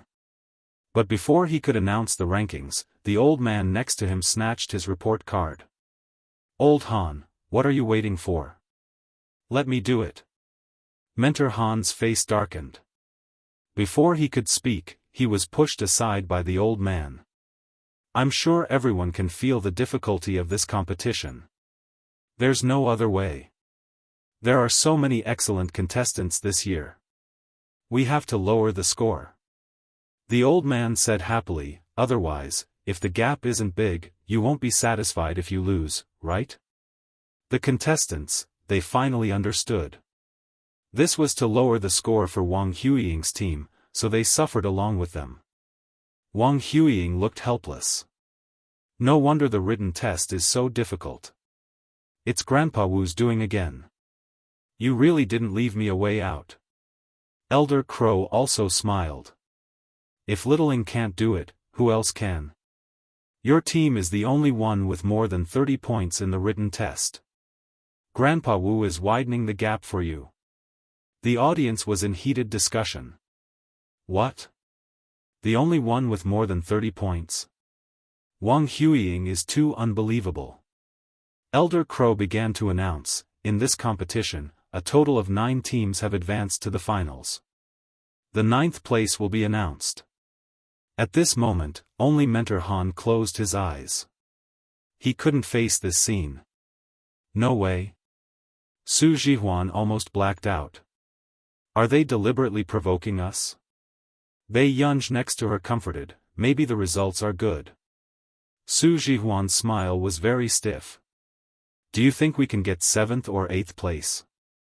In Su Jihuan's opinion, they should be burning incense and praying that Bei Yunj could get half the written test points by answering the questions carelessly. She didn't want anything else. Bei Yunj, 9th place, Team Chui Changyi, assessment score 59. 3, Elder Crow said loudly. Everyone was in an uproar. This test was too strict. 9th place didn't even have a passing score. At this moment, only Su Jihuan and the other two's expressions changed. They looked disappointed. They didn't even get 9th place. Maybe our ranking is higher. Bei Yunj continued to comfort. But the next moment. 8th place, Sangha Yuanhui team, assessment score 64. Su Jihuan and the other two, was this father the world's toxic healer? Wang Huiying, who was observing this scene from the side, had a hint of ridicule in her eyes. The corners of her mouth unconsciously curled up, and her heart was completely at ease. These idiots were finally out. Wang Huiying raised her head, waiting for Elder Crow to call her name. She didn't want to. When the 2nd place was announced, Old Crow's smile froze. He suspected that his eyes were playing tricks on him. After a while, he said, this year, we didn't get 2nd place, no 2nd place? What does that mean? The contestant couldn't help but ask. 2 first-place finishers. Old Crow couldn't help but become excited after seeing the results of the 2 teams. What? 2 first places? The contestants were in an uproar, and Wang Huiying stood up abruptly, her pupils shrinking. How was this possible? How could there be 2 first places? First place, Wang Huiying's team. Elder Crow looked at everyone and announced the results that everyone wanted to know. Report Summary 59, Written Test 32, Total Score 91. Everyone's mentality exploded. Damn, 91. Which team is so awesome that they can actually get the same score as Wang Huiying's team? End of chapter. Chapter 1100. It wasn't just the contestants. Even Patriarch Sure was stunned. After so many years, he had never heard of anyone who could tie with Huiying for first place. Elder Crow continued to announce, first place, Bei Yunja's team, report summary 51, written test 40. Total score 91. Instantly, the field exploded. Did I hear wrongly? What's going on? Someone got full marks for the written test. Damn, this team is so fierce. The written test is so difficult, but their team actually got full marks. Wang Huiying's team only got 32 points. I heard that their team didn't know there was a written test at the beginning and forced it in the last hour, in an instant. The field was silent. Their team completed nearly 300 questions in an hour. One had to know that they had been doing it for several days. Even Wang Huiying's team took a full 2 days. Su Jihuan and the others were originally gloomy, but when they heard their team being called, they were all dumbfounded. 91 points. And they actually got full marks for the written test. You got full marks for the written test and the computer test. Su Jihuan turned her head and asked with difficulty. Bei Yunj chewed on the biscuit stick and said slowly, it wasn't difficult. Su Jihuan, Tang Yi, it wasn't that he didn't look at the written test questions later. If it were him, it would probably take him 4 to 5 days to do it alone. And the other teams also completed it together with their members. But Bei Yunj completed nearly 300 questions in less than an hour alone? Our team is actually first. Su Jihuan was stunned at first, then she was extremely excited. I'm not dreaming, am I? Bei Yunj glanced at her and smiled unconsciously. At first, she didn't expect Tang Yi and the others to overturn the finished product and change it. But Wang Huiying clenched her fists, her nails digging into her flesh. She stared at Bei Yunj and the others maliciously. How could this be? Their team didn't deserve to be in the same ranking as hers.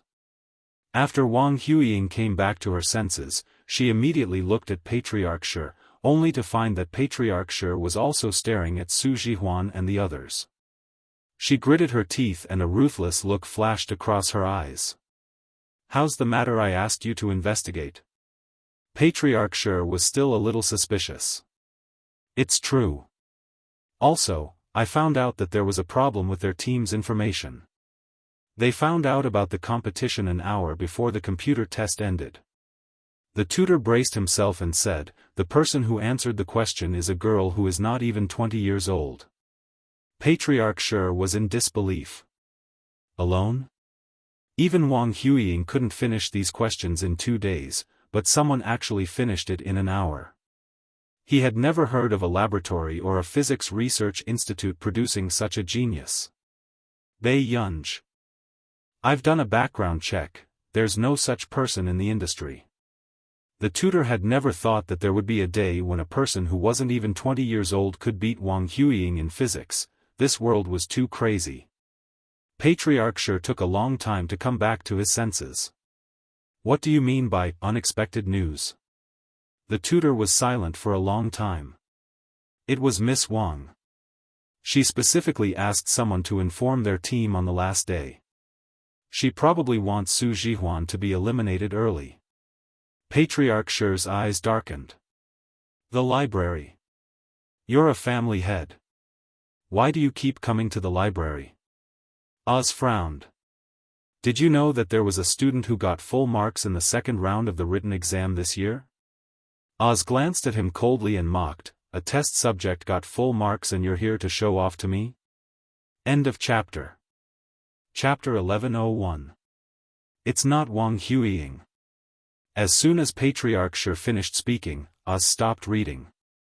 Isn't it quite scary? There's actually someone who's more talented than a genius in genetic experiments. Patriarch Sure was relishing in it. How can humans create miracles if they want to compete with God? Oz asked sarcastically. Patriarch Sure was speechless. This person must have been trained to change his expression, right?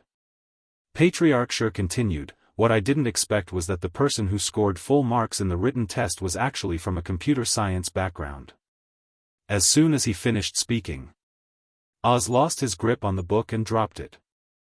Patriarch Sure instinctively bent down to pick it up, but when he saw the content clearly, he asked in shock, "Isn't this what Nanny wrote in her book? Wasn't it burned long ago? When did you recover it?" Oz snatched it away. "Someone else restored it for me." With that said, his expression was uncertain as he asked slowly, "What's the name of the person who scored full marks in the written test?" "Patriarch Sure, Bei Yunj." The veins on the back of Oz's hand that was holding the book tightly were bulging, and he couldn't suppress his excitement. It was really her. Oz had seen with his own eyes how fast Bei Yunj was doing the questions. That scene made Oz's scalp tingle when he recalled it. If it was an ordinary person, it would be impossible for them to score full marks. "I heard that she only took an hour to complete the written test. However, it might be a misunderstanding. Nanny couldn't have." Before Patriarch Sure could finish, Oz interrupted him. "It's indeed fake. It took at most 55 minutes. "What?" Patriarch Sure thought of something else. "Wait, how did you know?" Oz pointed at the front desk next to him. "She's using your lousy computer. If it wasn't for the slow computer, that girl would probably be even faster." "You actually know that girl?" Patriarch Sure was even more shocked. "Yes. I also said that as long as she agreed to be Miss Nanyi's disciple, I would help her get the position of the successor of Confederation 191. Oz didn't feel guilty at all. "Patriarch Sure, ? How could you dare to say such a thing in front of me?" But she didn't agree. "It's very likely that Confederation 191 is getting worse and worse, and she doesn't like it." Oz's eyes were filled with disdain, as if Patriarch Sure was dragging him down. Patriarch Sure's face darkened. "You. Anyway, Wang Huiying is not related to you by blood. Does it make a difference to you who inherits it?" Oz said expressionlessly. "Is Confederate Laboratory 191 something that can be casually handed over to outsiders?" Patriarch Sure glared at Oz and said in a deep voice. But a few minutes later, Master Sure asked again, "Bei Yunj has a few people in her family. Has she considered settling down in Continent K? When it comes to choosing a successor, I have to carefully consider it. That girl didn't agree to take over. You'd better not leak the news." Oz sneered. "What do you mean by taking over? You?" Before Patriarch Sure could finish his sentence, Oz added, "Oh right, don't let anyone tamper with this competition. This time, the bad girl is in the way." In the living room, the loud and ruthless slap caused the hearts of all the instructors present to tighten. Wang Huiying's head was thrown to one side, and her face was red and swollen. "Trash. If Instructor Han didn't bet on the other team's points, do you think you would still be in first place today?" Wang Hui's eyes were dark as he threw something at Wang Huiying's face. "Take a good look. Do you have the right to get 59 points with your trashy results?" End of chapter. Chapter 1102. Wang Huiying picked it up and looked at it. It was a comparison of her and Bei Yunja's results. Although Bei Yunja's team's results were slightly inexperienced in many areas, the key content was completely better than hers. Wang Huiying bit her lip. Her face was burning with pain, but it didn't affect her mood. "Su Jihuan doesn't have the ability to beat me. I don't want to hear your explanation. I only want the results." Wang Hui's gaze was malicious. He sneered, "Wang Huiying, you can't even compare to this kind of trash team. Do you still expect your name to go down in history?" His words fell. Soon, Wang Hui's anger subsided slightly. He said again, "Huiying, you disappoint me too much." Wang Huiying gritted her teeth. "Su Jihuan, that group of trash, beat me this time just by luck." She took a deep breath, her eyes filled with stubbornness and cold pride. I underestimated them. Wang Huiying, this is the last time. You know what it means to be first this time. With that, Wang Hui left with a flick of his sleeves. When Seng Qi and the others arrived, they only saw Wang Huiying's eyes red and one side of her cheek red and swollen. Huiying, what's wrong? Wang Huiying didn't speak. She just stood up slowly, her tone was cold and sarcastic. This time, I'm going to crush that group of trash Su Jihuan into the mud. Seng Qi and the others inexplicably didn't dare to look at Wang Huiying. This was the first time they saw Wang Huiying's gloomy face. The library. Bei Yunj had just reached the 6th floor when she was suddenly stopped by someone. Girl. Bei Yunj turned and saw Oz looking at her coldly. This gloomy image was very much like a big villain who killed people like flies. But in the next moment, Oz just threw a cushion to her. Don't dirty the cushion. Bei Yunj's lips curved. Thank you, old master. Hearing this, Oz didn't leave like before. Instead, he was silent for a moment and said, You won. I can give you the information. But you really don't want to be the successor of 191? Even if 191 lost, there's still no research institute that can compare to 191. Bei Yunj was unmoved.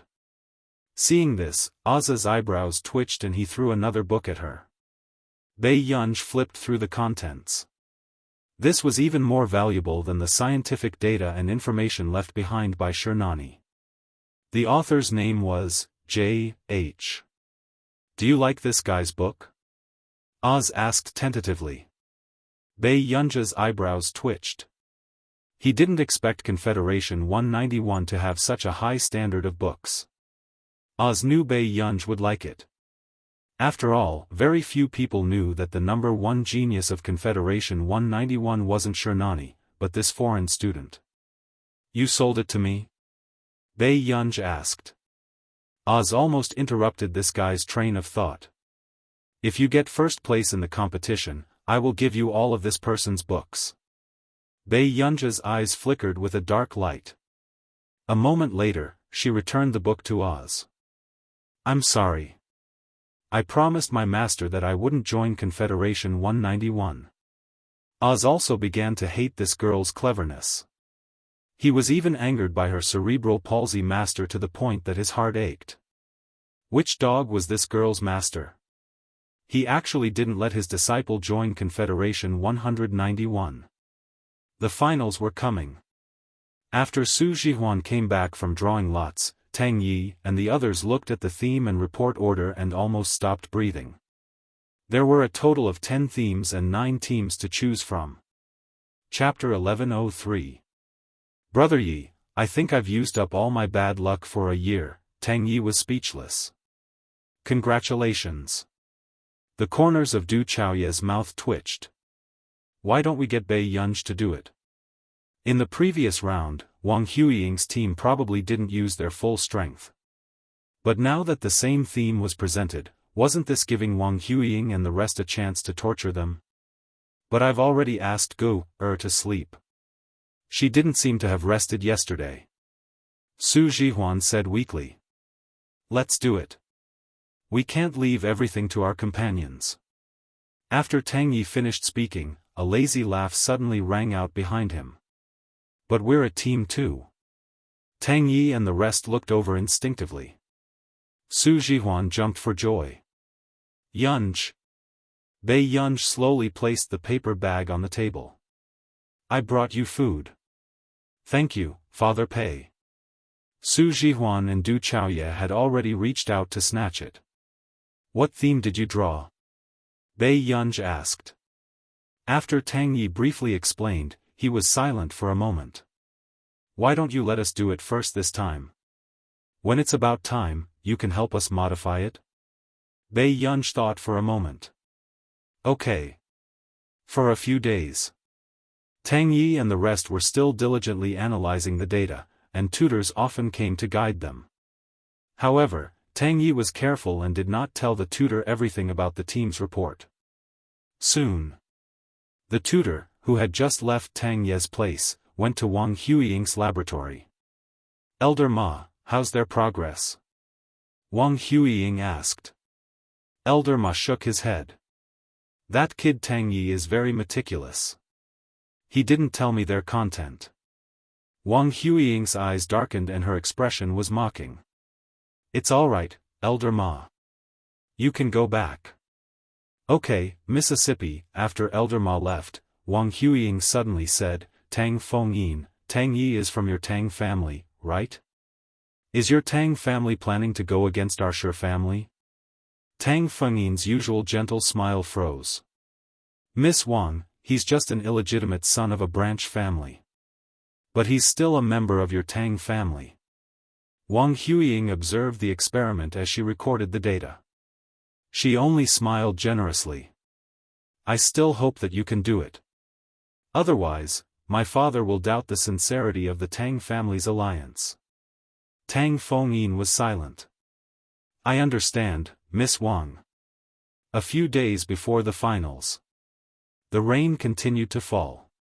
Bai Yunj had just thrown the umbrella into the bucket and was about to enter the library when someone called her from behind. Bai Yunj raised her eyebrows. "Miss Wang seems to be quite free." Wang Huiying held the umbrella and chuckled in the rain. "Miss Pei, I'm here to make a deal with you. As long as you can destroy Su Jihuan's report, I can let you enter Confederation 191 and get benefits that you can't even imagine." When Bai Yunj heard this, she curled her lips with great interest. "Why? Can't the Su family afford me this?" Wang Huiying's smile faded, and her eyes became gloomy. "Bai Yunj, even if you participate in the competition, you won't be able to beat me." "Then what is Miss Wang afraid of?" Bai Yunj smiled unhurriedly. Wang Huiying clenched her fists and sneered at Bai Yunj. "Bai Yunj, you'll regret this." With that, Wang Huiying left. Bai Yunj was deep in thought. Before entering the library, she reminded Tang Yi and the others to protect the information and their own safety.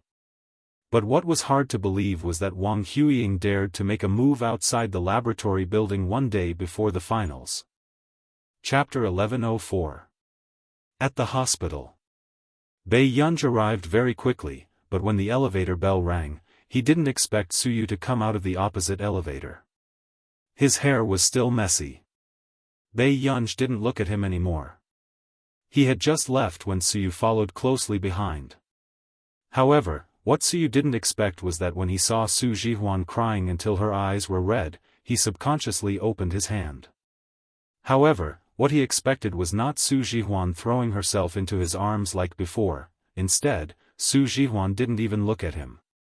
She ran over and hugged Bai Yunj. "Yunj, brother Yi lost a lot of blood." Su Jihuan's tears fell.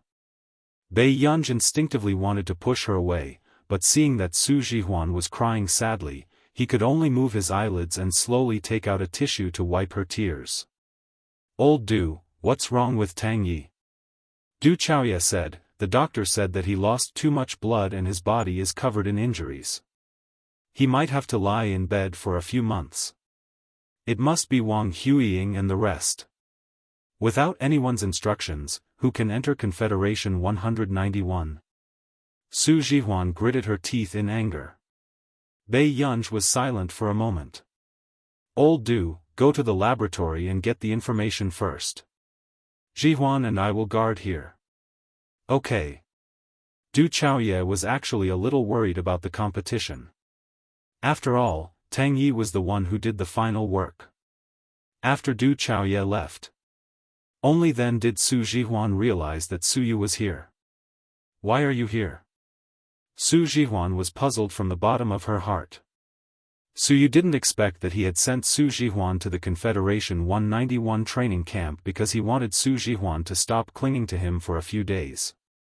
But now, Su Jihuan seemed to have changed into a different person. She treated him as if he didn't exist and even questioned him like this. "I heard that you were in the hospital." Suyu pursed his lips and couldn't help but look at Bai Yunj. Bai Yunj raised an eyebrow at him. Suyu was speechless. Yet, this person had someone protecting her. Then you can go back. I have to wait for Brother Yi to wake up. Su Jihuan was still a little overwhelmed. Her mind was filled with Tang Ye's blood. Su Yu was inexplicably frustrated. After glancing at Su Jihuan, he said coldly, "Up." With that said, Su Yu left. Only Bei Yunj looked at his back with interest. What kind of attitude is that? I'm not afraid that he'll be unhappy if he waits for too long. Just as Su Jihuan finished speaking, Du Chaoye called. He told them that all the data in the laboratory had been destroyed. As for the backup in his hands, he probably wouldn't be able to finish editing it in one night. Hearing this, Su Jihuan was so angry that her entire body was trembling. She wanted to fight Wang Huiying to the death. Is Wang Huiying sick? A cold look flashed across Bei Yunja's beautiful eyes, and she let out a long laugh. However, it was still hair-raising. When Du Chaoye came back, Bei Yunj asked him to bring her computer. Dawn. Bei Yunj glanced at the sleepy Du Chaoye and Su Jihuan and turned on her computer again.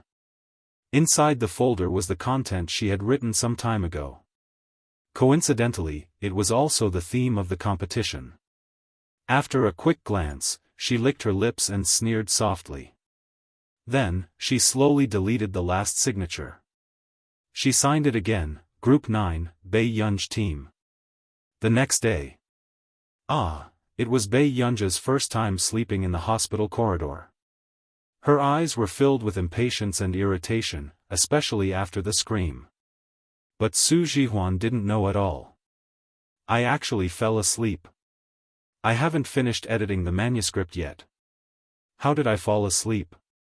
The nurse next to them looked at the three good-looking people and felt very strange. There's still an empty ward. Why are you sleeping on the bench? The young ladies and young masters. Chapter 1105. None of them had any common sense. Brother Yi doesn't seem to be awake yet. Su Jihuan leaned against the door of the intensive care unit. After watching for a while, her eyes dimmed. Tang Yi will be fine. Let's think about the competition first. Du Chaoye glanced at Tang Yi in the ward and massaged his temples. Why don't I give a speech? After all, Bei Yunj had not participated in the theme this time. Du Chaoye did not plan to let a girl like Su Jihuan bear such a responsibility. But you don't know the entire framework. Su Jihuan bit her lip. Why don't, I'll go. Suddenly, a voice sounded from the side, attracting Su Jihuan and Du Chaoye's attention. Yunj, what's in there? Su Jihuan looked at her USB flash drive. She remembered that Bei Yunj did not copy their documents. I wrote it last month for fun and happened to run into the topic. Bei Yunj had already copied the information into the USB flash drive.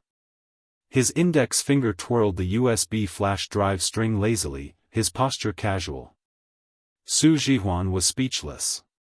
She really didn't dare to believe his careless appearance. Daddy Pei, are you sure you want to use your own? Su Jihuan held Bei Yunja's hand tightly and wanted to struggle. I can't remember your content either. Pei Yunj said slowly without blushing or skipping a beat. At the venue of the finals. What no one expected was that among the judges today, the Shi family's head and the successor of 191, Wang Hui, would actually be there. However, Wang Hui's expression did not look too good. It was obvious that he did not expect the Shi family's head to be a judge. However, at this moment, what was more eye-catching was that Bei Yunj and the other two were late. In the venue, only Wang Huiying's eyes were filled with mockery as she looked at the three late people. She thought that these three people would not dare to come. However, it was even better that they were here. Let the competition begin. With that said, the host invited the first team to present their results. Under the Shi family's head scrutiny, almost none of the other judges dared to give a high score. This made the scalps of the others turn numb. After a few contestants, no one got a high score. They all hovered between 70 and 80 points. Until Wang Huiying appeared. Su Zhihuan and Du Chaoya looked at the PowerPoint behind Wang Huiying and felt an inexplicable sense of familiarity. She kept feeling that there were a few core points that were especially similar to what Tang Yi had written. However, not long after, the contents of the next slide made Su Zhihuan and Du Chaoya's faces turn black. This slide was their team's PowerPoint, and Wang Huiying and the others had used it exactly as it was. What does Wang Huiying mean? Plagiarizing our content in broad daylight? Su Zhihuan's anger reached its peak. At this moment, Wang Huiying smiled at Bei Yunj and the others. She obviously knew that Bei Yunj and the others had no evidence. And in Confederate 191, who would dare to touch her? Bei Yunj glanced at him unhurriedly, not saying a word the whole time. Until Wang Huiying finished. The judges gave him the highest score. 84. Next, Bei Yunj's team. Let's welcome Tang Yi to the stage. As soon as the host finished speaking, Bei Yunj stood up and said, "I'm sorry. My partner can't come to the competition, so I'll take her place at the last minute." "Aren't you taking our competition too seriously?" Wang Hui suddenly said sternly. "Who knew?" Bei Yunj glanced at him and sneered. "Does Mr. Wang need to shout at me for the Shi family's competition?" As soon as he finished speaking, the scene froze for a long time. This was the first person who dared to point out Wang Hui's weakness. He was a ruthless person. P.S. I don't have any ideas, so I wrote a little slowly. I'll write more today. I'll continue tonight. Chapter 1106. Only Su Zhihuan suspected that Bei Yunj had just woken up and wasn't in a good mood, but as expected. Wang Hui's face darkened completely. However, Bei Yunj's tone was casual and her terrifying aura was hard to ignore. Her slender and beautiful hands slowly brushed through her long, curly black hair. She smiled calmly, but there was no warmth in her voice. "Okay, it's not time to settle the score yet." Wang Hui was about to say something when he suddenly met Bei Yunj's curved eyes. Her beautiful eyes seemed to be smiling but not smiling, cold and terrifying. It made people shudder. Wang Hui's heart inexplicably skipped a beat. He was actually intimidated by this little girl. Patriarch Shi was also very surprised when he saw this scene. He had only seen Bei Yunj briefly before and only thought that this little girl was too eye-catching. But now, he realized that she controlled the entire scene. Bei Yunj didn't look at the slides behind her. She just licked her lips and said in a lazy voice, "Hello everyone, I'm Bei Yunj. This report will be done by me and 3 other team members." As soon as she finished speaking, the slides behind Bei Yunj began to show the main topic. When the others saw the contents of the slides behind Bei Yunj, their expressions changed. The 10th topic was undoubtedly the most difficult of the 10 topics. Even Wang Huiying was very cautious in order to win this competition. She didn't dare to take the risk of choosing a deeper topic. However, the slides behind Bei Yunj started with a deeper topic. It was on a completely different level from the other contestants. If they were told that Bei Yunj's report was written by the top researchers of Confederation 191, they would probably believe it. What kind of monsters were the members of this team? Crouching tigers and hidden dragons? Not only did the contestants have a mental breakdown, but even the judges' faces stiffened after hearing Bei Yunj's smooth speech. Was she here to participate in the training camp competition? This level of content was already not something they could comment on. For some reason, they felt like they had offended a big shot in the industry. The judges' scalps went numb and they didn't dare to give this score. Du Chaoya and Su Zhihuan were also stunned. Su Zhihuan's breathing stagnated. She wrote this for fun? Du Chaoya, meanwhile, the onlookers who weren't afraid of blowing up the matter were still discussing. F***CK, what kind of big shot is this Group 9 doing? Slapping the opposing genius group's face round after round? If I were Wang Huiying, I would be so angry that I would vomit blood. One of them, a fan of Bei Yunj, couldn't help but feel his blood boil. Master Pei, how is this a slap in the face? This is clearly a strafing shot. Other than her, no one else survived, at this very moment. As expected, Wang Huiying's face was ashen, and the hatred in her eyes was almost surging out. Where did Bei Yunj's report come from? Or was Bei Yunj playing with her on purpose? Huiying, what should we do? Tang Fengyin's face was also pale, and he was already regretting it. If he hadn't found someone to injure Tang Yi, he wouldn't have let Bei Yunj go on stage. Wang Huiying pursed her lips and turned her head to see the head of the Shi family looking at Bei Yunj with sparkling eyes. He couldn't suppress his excitement. For some reason, she panicked and had a bad feeling. My report ends here. Thank you, everyone. As soon as Bei Yunj finished speaking, the judges felt uncomfortable no matter how they sat. They didn't know how to give this score.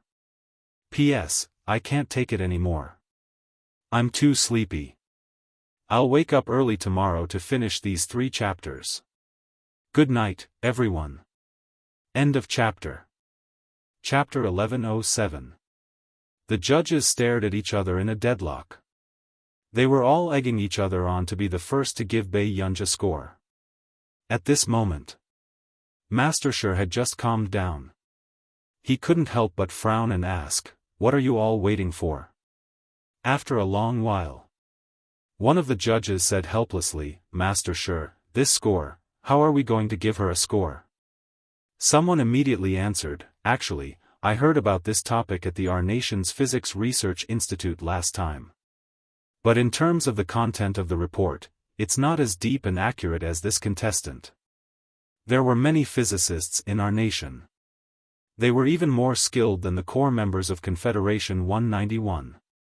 To be able to suppress the report of our nation's top physics research institute, this score was not something they could give her." Master Shi was speechless. No one had expected this scene. A rookie training camp could actually have such a godly contestant, soon. After the judges finished their discussion, everyone saw Master Shi walk in front of Bei Yunj. "Miss Pei's talent is outstanding. She's even more outstanding than my most outstanding daughter." Instantly, the contestants were in an uproar. Wasn't Master Shi talking about Shi Nani? Many people subconsciously looked at Wang Huiying. After all, Wang Huiying had been calling herself Little Shi Nani for so many years, but Master Shi said this in front of so many people. Wasn't this a slap to Wang Huiying's face? Sure enough, Wang Huiying's face was as black as a pot. "Clan head Shi, why didn't you report your points?" Only Su Jihuan asked with concern. Master Shi laughed and said again, "The judges here probably don't have the ability to give Miss Pei a score like this. But first place is undeserved, ashamed." Suddenly, Wang Hui's gloomy voice interrupted Master Shi's words. "If Miss Pei is this good, why would she participate in this kind of competition?" Wang Hui sneered. "I have reason to suspect that Bei Yunj is openly cheating." Wang Hui. Master Shi's expression changed. He didn't expect Wang Hui to be so impatient. But Wang Hui continued in a gloomy tone, "Dad, this person's motive is unclear. We should remove her name from the list and kick her out of this competition." Wang Hui had been working under family head Shi for a long time, so he could more or less guess what family head Shi's motive was. Comparing Shi Nani to Bei Yunj, it was very likely that he wanted to let Bei Yunj, an outsider, take away his position. He would never allow such a thing to happen. "Hurry up and call someone over. Chase this person out," Wang Hui said coldly.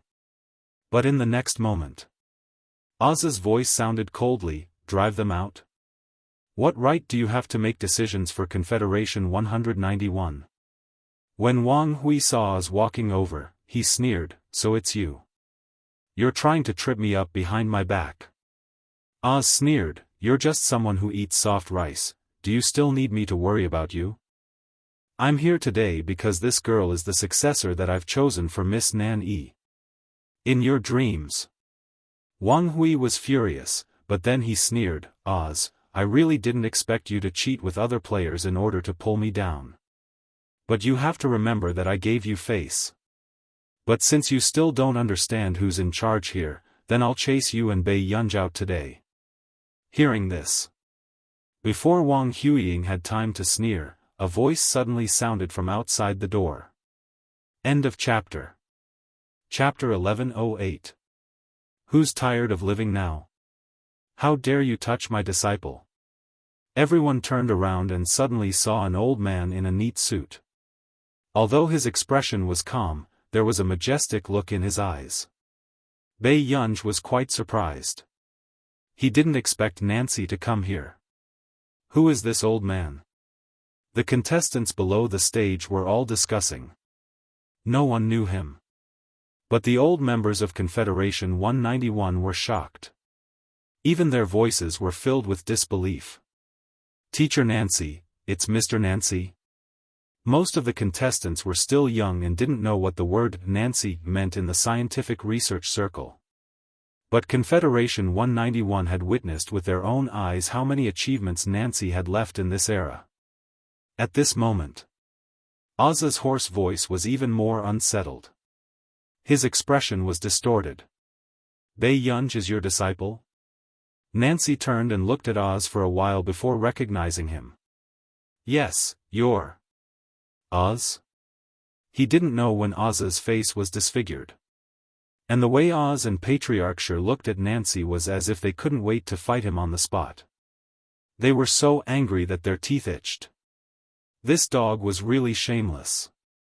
He actually dared to come to Confederation 191. "Are you worthy of stepping into our Confederation 191? Patriarch Sure's tone was angry. When Nancy heard this, he immediately sneered and retorted, "Patriarch Sure loves his son-in-law better than his daughter. Can't wait to fight for his son-in-law? You're slandering me." Patriarch Sure was so angry that he almost fainted. He pointed at Nancy and gritted his teeth. "You shameless thing. You've done so much evil, yet you're still blaming me." Bei Yunj looked at this scene and couldn't help but twitch his eyelids. "Master." As soon as he finished speaking, Nancy didn't continue to scold Patriarch Sure. Bei Yunj thought for a moment and said slowly, "Patriarch Sure, I understand that you have grudges with the previous generation. If you really hate my master that much, you can remove me from this first place. I also hope that 191, as the largest laboratory in Continent K, will treat my companions fairly." Hearing this, Su Jihuan and the other two couldn't help but look at Bei Yunj. If it weren't for Bei Yunj, how could they have gotten first place? But before they could say anything, Oz said, "Little girl, the Confederacy 191 only has a problem with him. They have no problem with you." Nancy slowly turned to look at Bei Yunj. Clearly, he didn't understand why the old bastards of Confederate 191 had such a different attitude towards his disciple. However, suddenly, Wang Hui's gloomy voice rang out. No wonder Bei Yunj's team was able to submit such a report. It seems that even after so many years, Mr. Nancy still can't forget Confederate 191.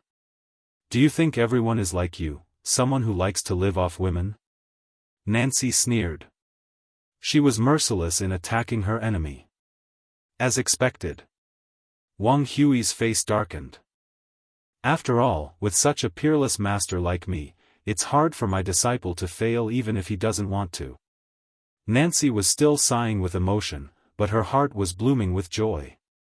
Who would have thought that his disciple would be able to slap Wang Hui's face?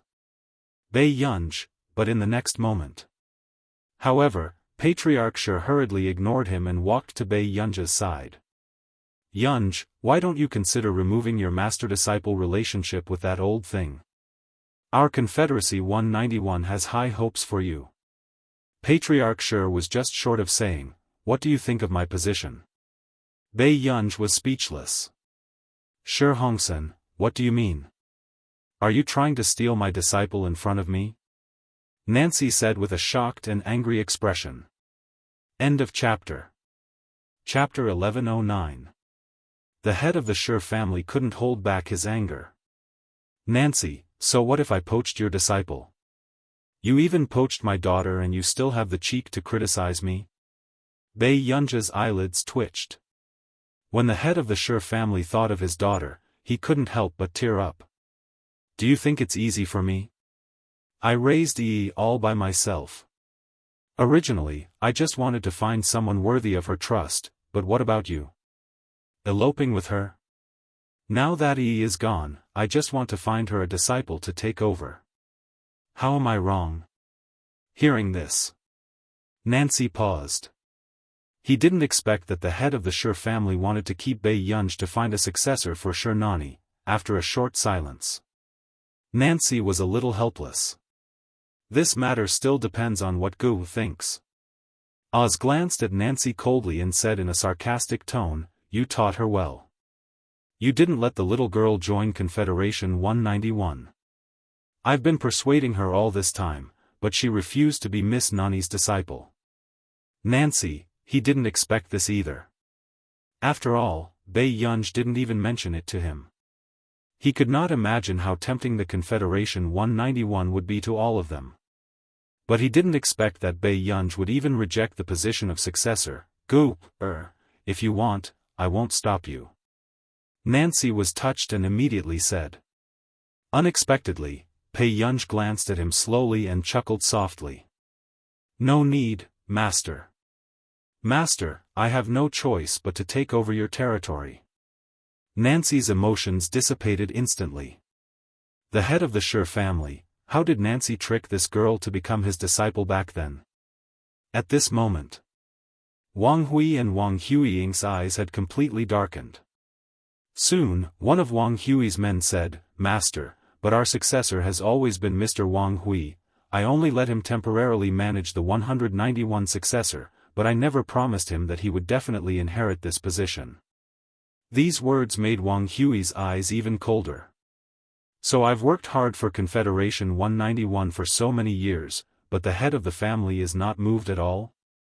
Patriarch Shi said calmly, Wang Hui, I've said it before. I hope that this position can be inherited by a capable person. Painted Oriole is indeed capable. I can let her continue to stay in Confederate 191. However, she's not suitable for the position of successor in the future, and neither are you. These words made Wang Hui even angrier. He sneered, Good. Good. Patriarch Shi was indeed bold. But do you really think that Confederation 191 can survive without me? After Wang Hui said this specious sentence, he turned around and left angrily. Wang Huiying looked at Bei Yunji with a venomous look in her eyes. She had never expected that Bei Yunji would mess up the plan her father had set up for so many years. After the event ended, Master Shi, for Wang Hui to be able to control the operations of Confederation 191 for so many years, I'm afraid the people behind him are not to be trifled with. Oz suddenly said. How could I not know? Patriarch Shi smiled and said, But I always dream of Nanny crying to me, saying that she doesn't want to marry Wang Hui and doesn't want to have anything to do with him. Even if something happens, I'll take responsibility for that little girl. As long as she's willing to inherit Nanyi's position. Oz didn't say anything. Outside the building, Bei Yunji was still listening to Nancy's incessant nagging about the benefits of being the successor of Confederation 191 until she caught a glimpse of someone not far away. Her eyes curved. Master, we'll talk about other things later. I'll go back first. Wait, you. Before Nancy could finish speaking, he saw Bei Yunji running towards the man not far away. Although he was far away, Nancy could still vaguely see that the man was handsome. He was wearing a black and gray woolen coat and had a noble temperament. Only Bei Yunji ran closer and saw that the man's short black hair was stained with snow. His expression was light, but his light-colored eyes were staring straight at her. Bei Yunji's heart skipped a beat. Suddenly, she only heard the man chuckle. Bei Yunji thought that her thoughts had been seen through and her tone was not very good. What are you laughing at? It's quite good. The man naturally held the little girl's hand. His magnetic and deep voice had a smile that made people blush and their hearts race. He said lazily, "It seems that there are no male classmates in the training camp who are better looking than me." Bei Yunj? After not seeing him for so long, this D*MN man's first words were flirtatious? After getting into the car, Bei Yunj did not look at Hoshidu. But after a while, Bei Yunj felt that something was wrong with this route. She asked, "Where are we going?" The man said unhurriedly, "Luoxia's place." Bei Yunj, "You don't want to go? Just help me test a new machine, okay, Yunyun?" The man's deep voice was extremely seductive, but his hand gently pinched her palm and rubbed it gently, making her heart itch. They walked into Luoxia's laboratory. Luoxia also had a sour expression on his face, but he did not expect to see Bei Yunja's expression when he looked up. This person was even better at showing expressions than him. Luoxia sneered and could not help but glance at Hoshidu. How did Bei Yunj look like there was something wrong with him? Miss Pei has been sent here by Master Du time and time again. Could there really be a problem? Bei Yunj heard Luoxia's probing and looked up at him. But in the next moment, Luoxia mocked, "If your heart is really twisted and you like to find trouble with others, this is an education problem. I can't help you." Bei Yunj sneered. Dr. Luo is still single and likes to go around acknowledging relatives and educating them. If you really have some hidden illness, why don't you go see a doctor? Instantly, Luoxia's face darkened. What did Bei Yunj mean? Did she say that he had a problem in that area? Outside the door, Zhou Yu walked to Hoshidu's side and reported about Confederation 191. Hoshidu raised his eyebrows. He did not expect Shi Hongsan to be willing to pass his position to Bei Yunj. Zhou Yu glanced at Hoshidu and said, "Master Du, this Wang Hui is also valuable to us." After all, Wang Hui was also a chess piece that Hoshidu had set up in Confederation 191. Therefore, when Wang Hui contacted Zhou Yu through someone and hoped that Zhou Yu could help him, Zhou Yu hesitated. "Zhou Yu, you've gone overboard." The man's voice was indifferent, but there was no warmth. Zhou Yu wanted to say something but hesitated. However, when he saw Hoshidu's indifferent gaze, Zhou Yu felt as if a bucket of ice water had been poured over him. Zhou Yu quickly lowered his head and admitted his mistake. "Yes." Hoshidu only glanced at him casually. Not long after, the corners of his lips suddenly curled up. He reached out and picked up the red scarf that Bei Yunj had placed at the side. He said casually, "Clean up the people from Confederation 191. Don't cause trouble for my girl." Zhou Yu. "Yes. However." Chapter 11:10. "Mr. Wang, will that person help us?" Wang Hui's men started to feel uneasy. Hearing this, Wang Hui gritted his teeth and sneered. "Definitely. But even if he doesn't, I have a way to let that little girl know what's good for her." Had he spent so many years in Confederation 191 for nothing? Shi Hongsan was really ridiculous. He actually thought that a little girl could replace his position. In the laboratory. "Boss, this girl looks very normal. Is there really a problem?"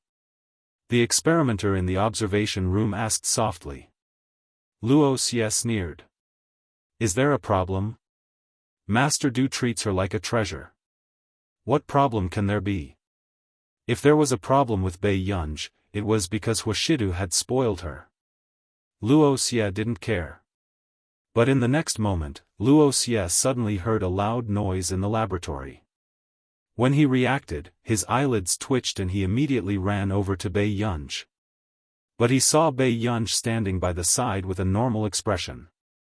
He didn't notice the coldness in Bei Yunj's eyes that had not completely disappeared. And there was a crack on the surface of the latest machine he bought. Luoxia's expression also cracked. "I'm sorry, Dr. Luo. I accidentally bumped into it." Bei Yunj's voice sounded unhurriedly. Luo Xie even had the thought of strangling Bei Yunj to death. Did she know how much money he had spent to buy this machine? Luo Xie's expression kept changing. The observer beside him immediately whispered to Bei Yunj, "Miss Pei, come out quickly. Boss's heart is aching." Bei Yunj was speechless. Not long after, Bei Yunj left with the observer. She asked casually, "Is this machine very expensive?" "It's not too expensive. Boss only got this machine because he asked for favors. Also." The observer looked around and immediately said to her sneakily, "My boss bought this machine specially for the goddess." Goddess? Bei Yunja's first thought was Lai Yunqing. Yes. She's the one who nominated the Busaka. Our boss has been single for so many years just to have a vigorous relationship with her. The researcher said excitedly. Bei Yunj felt a chill run down her spine. The next moment, the man's voice sounded indifferently. "Yun?" Inexplicably, Bei Yunj seemed to sense the coldness in the man's voice. But when she came back to her senses, Bei Yunj felt that she was overthinking. "Brother." Bei Yunj walked up to the man. However, before Huashidu could speak, Luo Xie walked over quickly and even asked his laboratory staff to leave the hall. Luo Xie looked at Bei Yunj silently and his attitude changed. "Miss Pei, I hope you can accept my face-to-face examination." Luo Xie couldn't help but look at Bei Yunj when he thought of the data he had just seen on the machine. Initially, Luo Xie had thought that Huashidu was making a fuss over nothing. What could have happened to Bei Yunj? But now, he realized that Huashidu's motive for returning to Continent K was very likely to be for Bei Yunj. Bei Yunj glanced at Luo Xie expressionlessly, but she kept suppressing the dark thoughts in her heart. The atmosphere suddenly turned silent. Huashidu lowered his eyes and looked at her. After a while, Bei Yunj heard the man suddenly speak. "Forget it if you don't want to see it." Luo Xie instinctively looked up at him. "Master Du?" Luo Xie was getting more and more confused by Huashidu's thoughts. End of chapter. Chapter 11:11. Luo Xie, continue with your work. With that said, Huashidu left with Bei Yunj. However, in the car, Huashidu received a message from Luo Xie and the data recorded by the machine. Luo Xie suggested that he bring her to his laboratory again to investigate the cause of Bei Yunj's illness. Huashidu's eyes were dark. Not long after, he put his phone back into his pocket. In the blink of an eye, Huashidu saw Bei Yunj looking at him. The machine just now affected brain activity through brainwaves. Bei Yunj's emotions were more or less affected. For a moment, she could not get rid of the dark thoughts in her mind. Bei Yunj had just calmed down and was still thinking about how to speak to Huashidu. However, she did not expect to hear the man's deep and magnetic voice.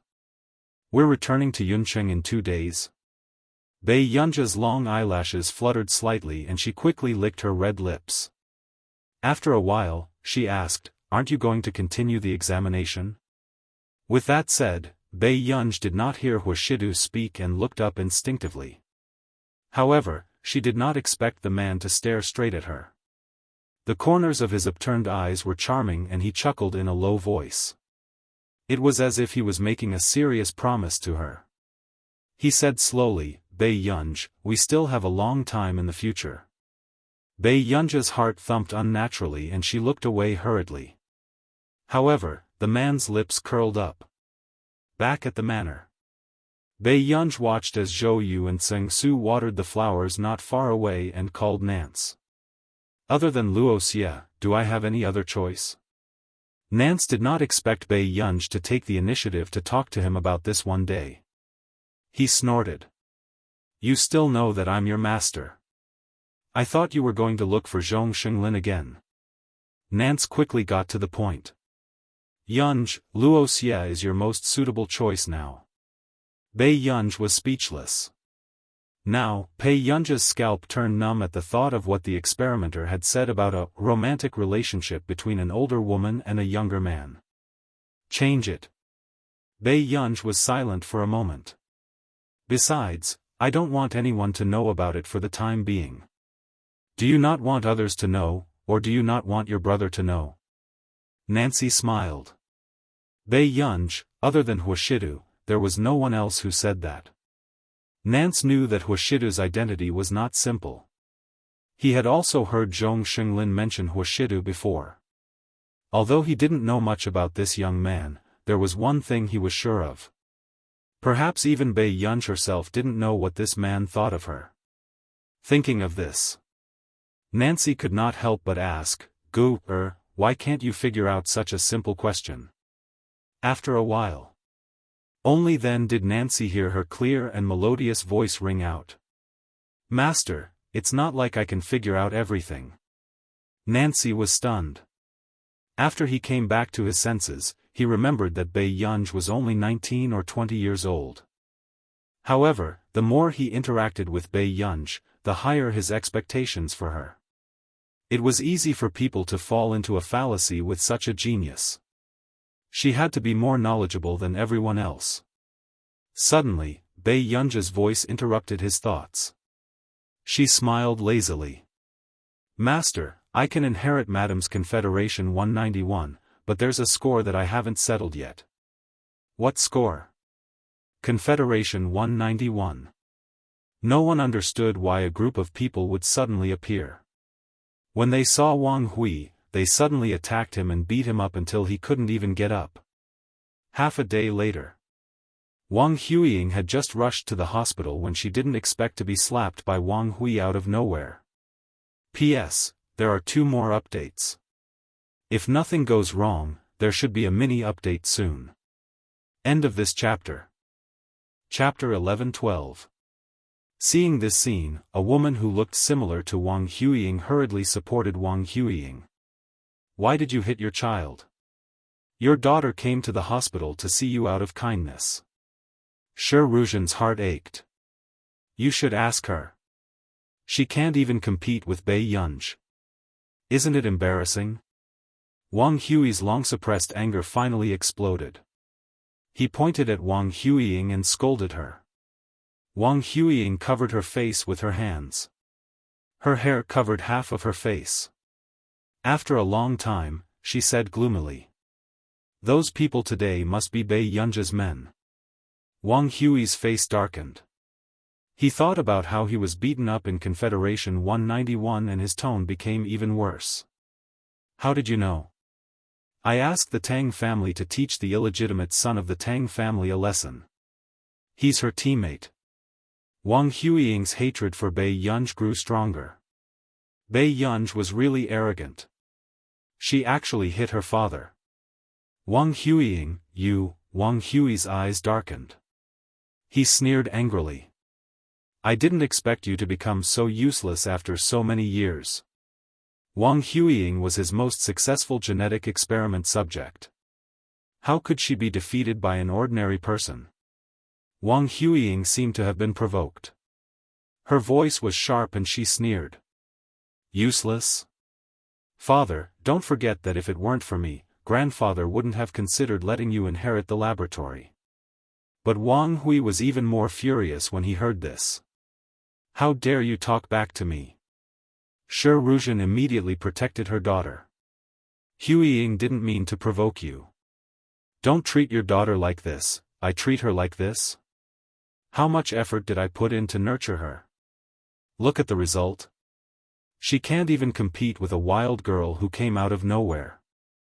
Now, Shi Hongxin wants to pass his position to a wild girl?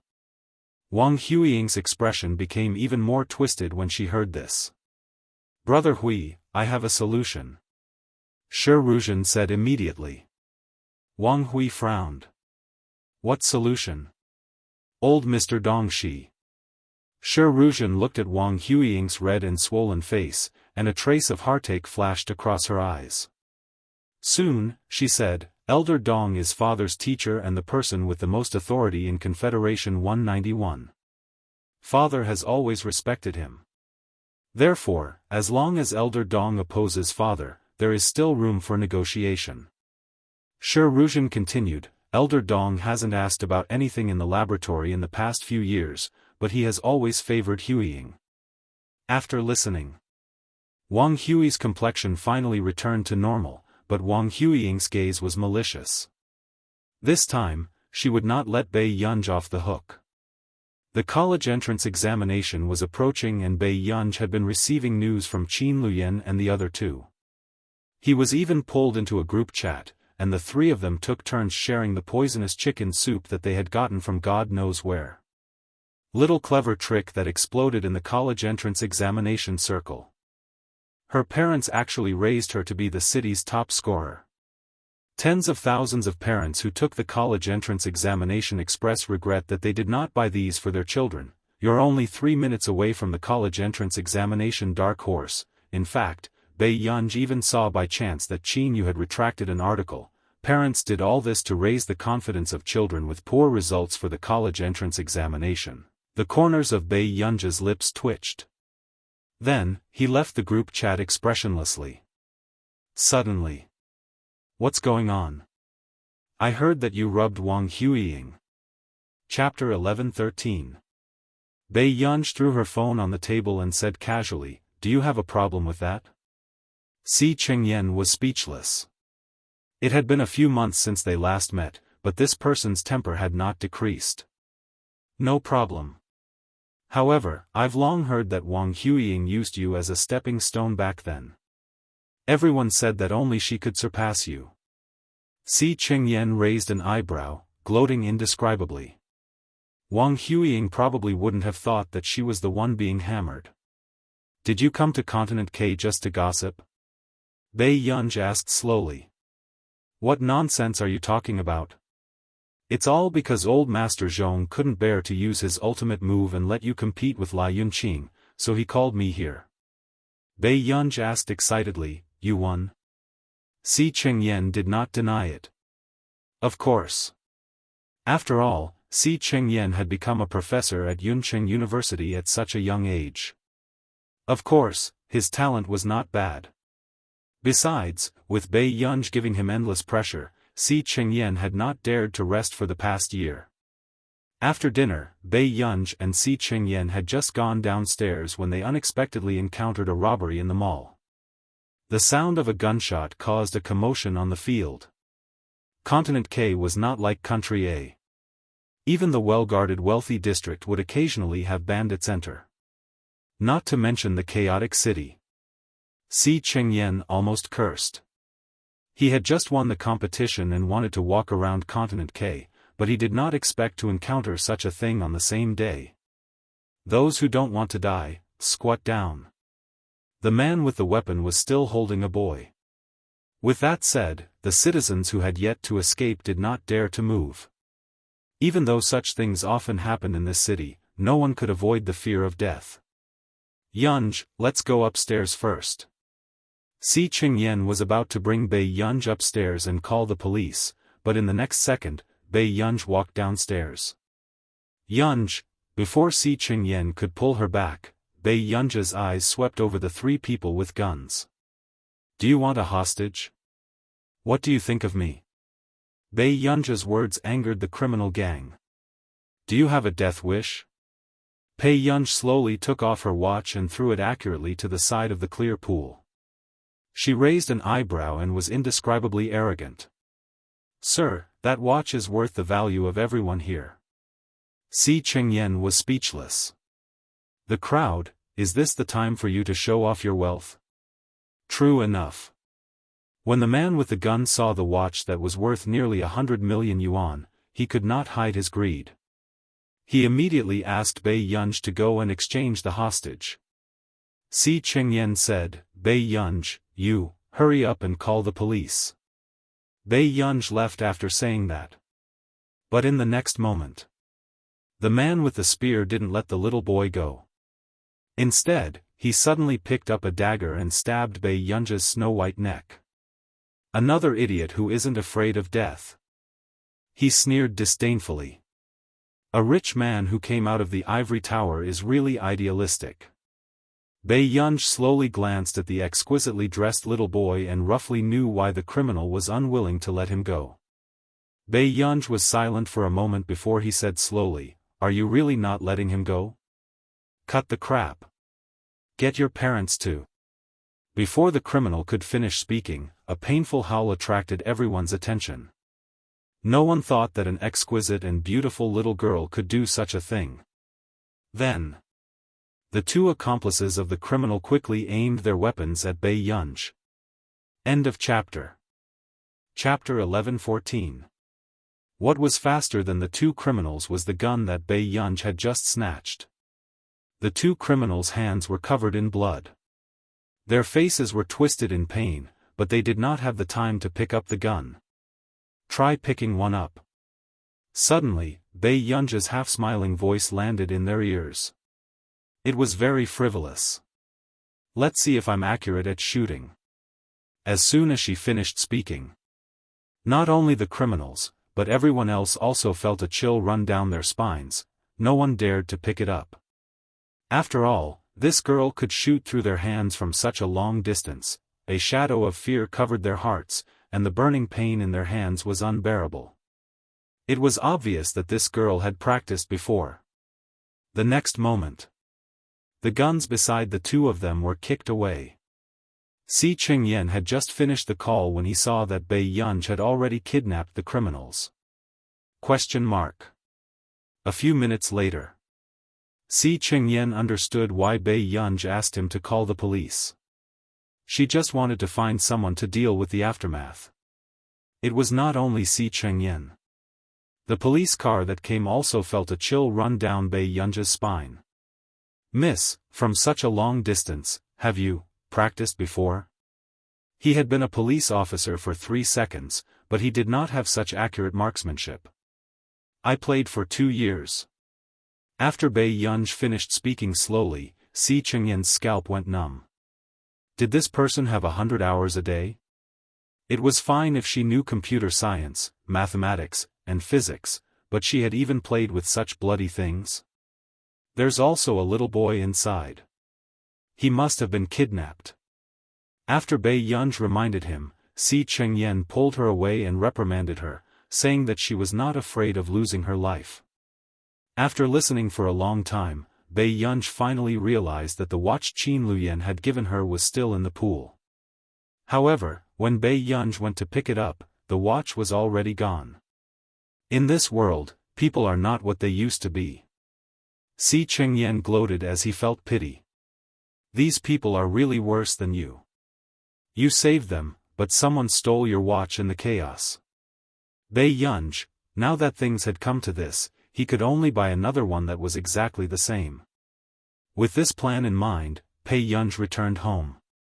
However, the next day, she heard Si Qingyan say faintly that there was no second watch that was identical to the one she was wearing. Qin Luyan had bought this watch because it was unique. A few days later, Bei Yunj was visited. "Master Shi, Yunj, there's a banquet in 2 days, Bei Yunj sounded a little frustrated. "I'm not free." For the past few days, she had been looking for help to see if she could contact someone to make a high-quality imitation watch. Patriarch Shi and Nancy looked at each other. Soon, Nancy whispered, "Dear disciple, this banquet is being held by the Bai family. You have to go." Nancy heaved a sigh of relief, gritted his teeth, and said, "If you go, the ceremony of the successor of the Confederation can be postponed for half a year." "All right." Bei Yunj quickly agreed. But Nancy was about to get into a fight with Patriarch Shi. The Bai family. Bei Yunj was still on the phone with Song Yao. To be precise, Bei Yunj was reprimanding Song Yao unilaterally. As the college entrance examination approached, Song Yao actually took on a script at the last minute. Although Song Yao heard that Bei Yunj was laughing, she did not doubt that if Bei Yunj was in Yuncheng, she would probably come to mess with the production team. Before she hung up, Bei Yunj heard a discussion not far away. "Ah Kel, I really didn't expect you to save little young master. I heard that those people all had guns. And the old madam, I heard that she almost knelt down for you on the spot." The voices on Song Yao's side were too noisy, but Bei Yunj could hear everything clearly. End of chapter. Chapter 11:15. The girl who answered just smiled and said, "I just happened to bump into him." With that said, Tong Li quickly changed the topic and walked to a corner. No one paid attention to the girl's conversation. Suddenly, someone asked, "But, Kel, why do you have such an expensive watch?" Tong Li's smile froze, and a hint of panic flashed across her eyes. However, she quickly said softly, "It's my mother's." Hearing this, the others tactfully shut up. If they had known earlier, the fact that Tong Li was chased out of the Tong family was not a secret in the circle. However, they did not expect that the head of the Tong family would like his lover so much that he would even give her a 9-figure watch. No one noticed that Tong Li could not help but cover the watch on her wrist with her shawl. At the same time, she also covered her trembling hand. 2 days ago, when she was taken away by the Bai family, she panicked and thought that the owner of the watch had come looking for her. However, she did not expect that it was the young master of the Bai family who came looking for their benefactor. Tong Li felt even more depressed. If the young master was not blind, she might have been criticized by everyone for taking that watch in the chaos. She would not be standing here and being treated as a noble by Madame Bai. Thinking of this, Tong Li could not help but look sarcastic. Some people were born with good luck and could even throw away a watch worth nearly 100 million. However, she was chased out of the family with her seriously ill mother when she became an adult. Now, she had to rely on others' kindness to gain their attention. Kel, congratulations. Tong Li turned around and saw that Wang Huiying had come to greet her. She was a little flattered. Huiying. However, on second thought, the Bai family's status in Continent K was comparable to the Confederation 191. It was only right that Wang Huiying came to greet her. "I just came from Elder Dong's place and brought you good news. Elder Dong has agreed to accept you as his disciple." After Wang Huiying finished speaking, Tong Li was overjoyed. Really? It was difficult to walk in the scientific research circle in Continent K without connections. Tong Li never dreamed that Elder Dong would be willing to accept her as his disciple. Of course it's true. Kel, you're not bad. Wang Huiying smiled. She was not wrong, but Wang Huiying knew that there was another reason. Even Elder Dong wanted to give the Bai family face. Many people had heard the news that the Bai family wanted to adopt Tong Ying as their daughter. Clearly, Tong Xie was going to have a meteoric rise. A dark look flashed across Wang Huiying's eyes. She smiled and said, "If that's the case, it won't be a problem to enter Confederation 191. His words made Tong Yi unable to calm down. However, it was the first time Tong Yi was surrounded by so many people. He couldn't help but smile. Compared to Huiying, I'm just an ordinary person. Wang Huiying's gloomy mood in the past few days was completely relieved because of Tong Ying's words. Unfortunately, from the corner of her eye, Wang Huiying saw Pei Yunj, who was staring at someone. A trace of mockery flashed across her eyes. She didn't even need to think to know that Master Shi was the one who sent him here. Thinking of this, she immediately walked over. "Miss Pei is alone. Don't you want to make some friends?" When Wang Huiying saw that Pei Yunj was being ignored, she couldn't help but poke at her. Who knew? Pei Yunj hung up after saying something to the person on the phone. He turned around and sneered. "Miss Wang, you're quite worried. Why don't you let Mr. Wang stay in the hospital and make some more friends?" Wang Huiying's face turned ashen. She didn't expect Pei Yunj to dare to mention it. "You." When Tong Li saw Pei Yunj, she felt an inexplicable sense of familiarity. End of chapter. Chapter 11:16.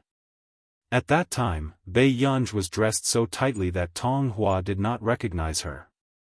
"Pei Yunj, you have to know that you don't have the right to attend this banquet." Wang Huiying gritted her teeth and sneered. This was the first time Wang Huiying had openly challenged someone.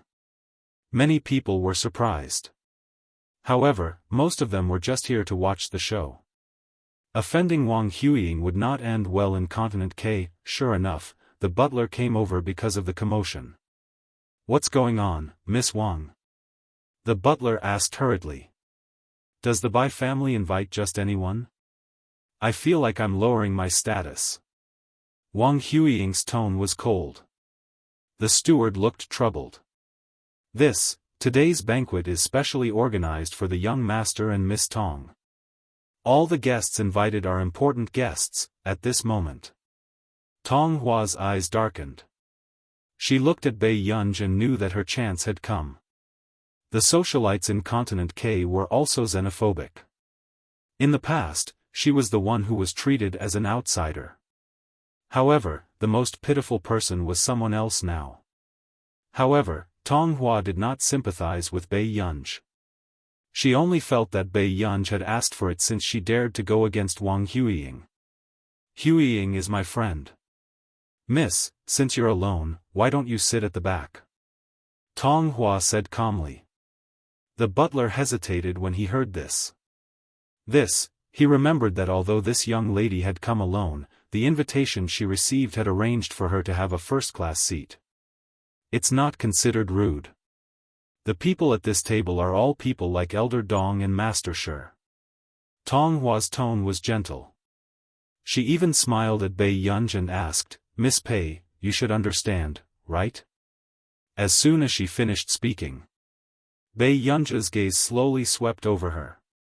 Tong Hua clenched her fists unconsciously. She felt an inexplicable pressure. However, the next moment. He only heard Bai Yunj scoff softly, but she did not say a word. Obviously, she did not take them seriously. Tong Hua's smile froze for a moment. Suddenly, someone congratulated them from not far away. Everyone turned around and saw that it was Madame Bai. "Ah Ko, are you still adapting here?" Madame Bai looked at Tong Yi with a gentle gaze. She took her hand and attracted the envy of many people. Tong Li saved the young master of the Bai family. It was worth it to exchange for such treatment. "Thank you, madam. I'm fine here." Tong Ye's lips curled up as well. She was grateful to Madame Bai for helping her out of her predicament. If the Bai family hadn't paid for her mother's treatment, she might have stolen the watch and sold it to the black market. "You don't have to be so polite with me. Actually, I also hope that I can have a daughter." Madame Bai's hint made Tong Ye's eyes light up. However, in the next moment, Madame Bai asked, "What were you talking about?" Tong Yi immediately said stiffly, "Nothing important. We were just chatting." When Madame Bai heard this, she didn't pay much attention to it. However, when he glanced at Bai Yunj, who was not far away, a trace of amazement flashed through his eyes. Since when did Continent K have such a stunning beauty? Madame Bai was in a daze. Wang Huiying and Tong Ye's expressions changed slightly. But in his heart, he knew very well that even if that person didn't speak, it was still very difficult to ignore him. "Madame Bai, long time no see." The familiar voice surprised Wang Huiying. She turned to look at Elder Dong, who was walking over. "Elder Dong, it's my honor that you're willing to come." Madame Bai immediately greeted him with a smile. "Great-grandfather Dong, you're finally here." Wang Huiying held Elder Dong's hand and said coquettishly, "If I don't come, who's going to stand up for you?" Elder Dong's words puzzled everyone. Stand up for what? Chapter 11:17. At this moment, Madame Bai's smile faded. She quickly took Tong Li's hand and went up the stage. She chuckled and said, "Today's banquet was specially held for Ah Wu." The audience applauded. Elder Dong raised his eyebrows but didn't say anything. Tong Li blushed. "Thank you, Madame Bai. What's there to thank me for? If it weren't for you, Ah Ning wouldn't have been so lucky to come back safely." Madame Bai patted Tong Li's hand and smiled. "I heard from the director that there weren't any casualties because you fought back against the robbers." As soon as she finished speaking, Bei Yunja's eyes darkened as she looked at Tong Li on the stage. Suddenly. "You're Bei Yunj, aren't you?" A solemn voice sounded in an unfriendly tone.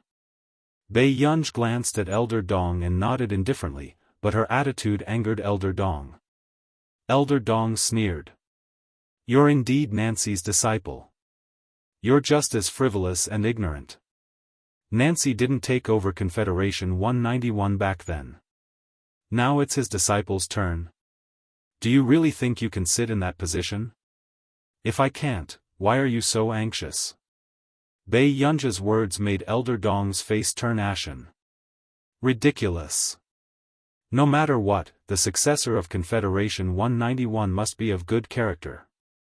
Does Miss Pei think she's qualified?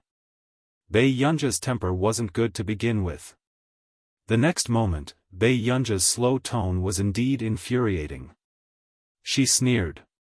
"Why, Elder Dong, do you think you can cremate a few relics after you pass away 100 years ago?" As soon as she finished speaking, almost the entire place fell silent. These words were so ruthless that it made people tremble in fear. Bastard. Elder Dong was so angry that his whole body trembled. He slammed the table and stood up, unable to control his anger. The surrounding people were scared out of their wits. Wang Huiying's eyes were filled with sarcasm and coldness. Bei Yunj actually dared to offend Elder Dong. Wasn't she courting death? But then, Madame Bai walked over. What's going on? Madame Bai subconsciously looked at Bei Yunj. She actually had a good impression of this young lady. Madame Bai, Grandpa Dong didn't mean to ruin your banquet. Wang Huiying pretended to be helpless. At this moment, Tong Yi suddenly said, "No wonder Miss Wang.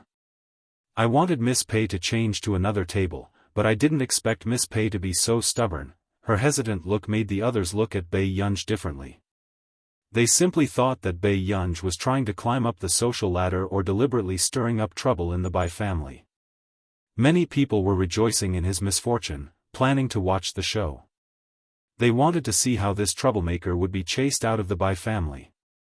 Unexpectedly, Madame Bai only chuckled and asked, "Miss Pei, you're not from Continent K, are you?"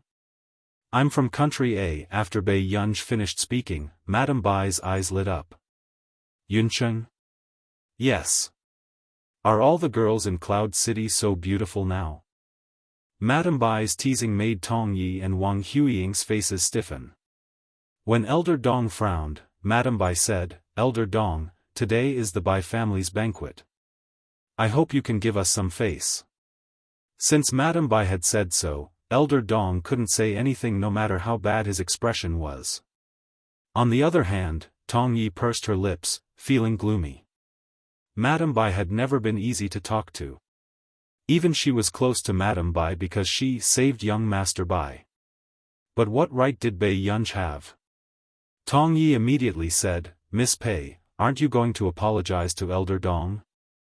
Chapter 11:18. No one said a word. After all, they had never heard of this excessively beautiful girl being the young miss of any prestigious family. Who would be so bored as to provoke Elder Dong and the Bai family's benefactor for a girl? All of a sudden, Bei Yunj laughed and raised her beautiful eyes. She said calmly, "Miss Tong, since you're so concerned about others, when are you going to return my watch?" Hearing this, everyone else was confused. They didn't understand what was going on between Bei Yunj and Tong Hua. When Tong Wu heard this, she looked up abruptly. Her body stiffened and a chill ran down her spine. No wonder she found Bei Yunja's voice so familiar. She was the girl in the mall. Tong Hua's eyes were filled with fear and uneasiness. Her face turned even paler. "Miss Pei, what do you mean?" She didn't want to claim credit for taking Bei Yunja's watch. She just wanted to sell it on the black market to save money for her mother's treatment. She didn't expect the Bai family to treat her as their savior. Bei Yunja's eyes were cold. She suddenly laughed. "Miss Tong, do you really think it's so easy to take my watch?"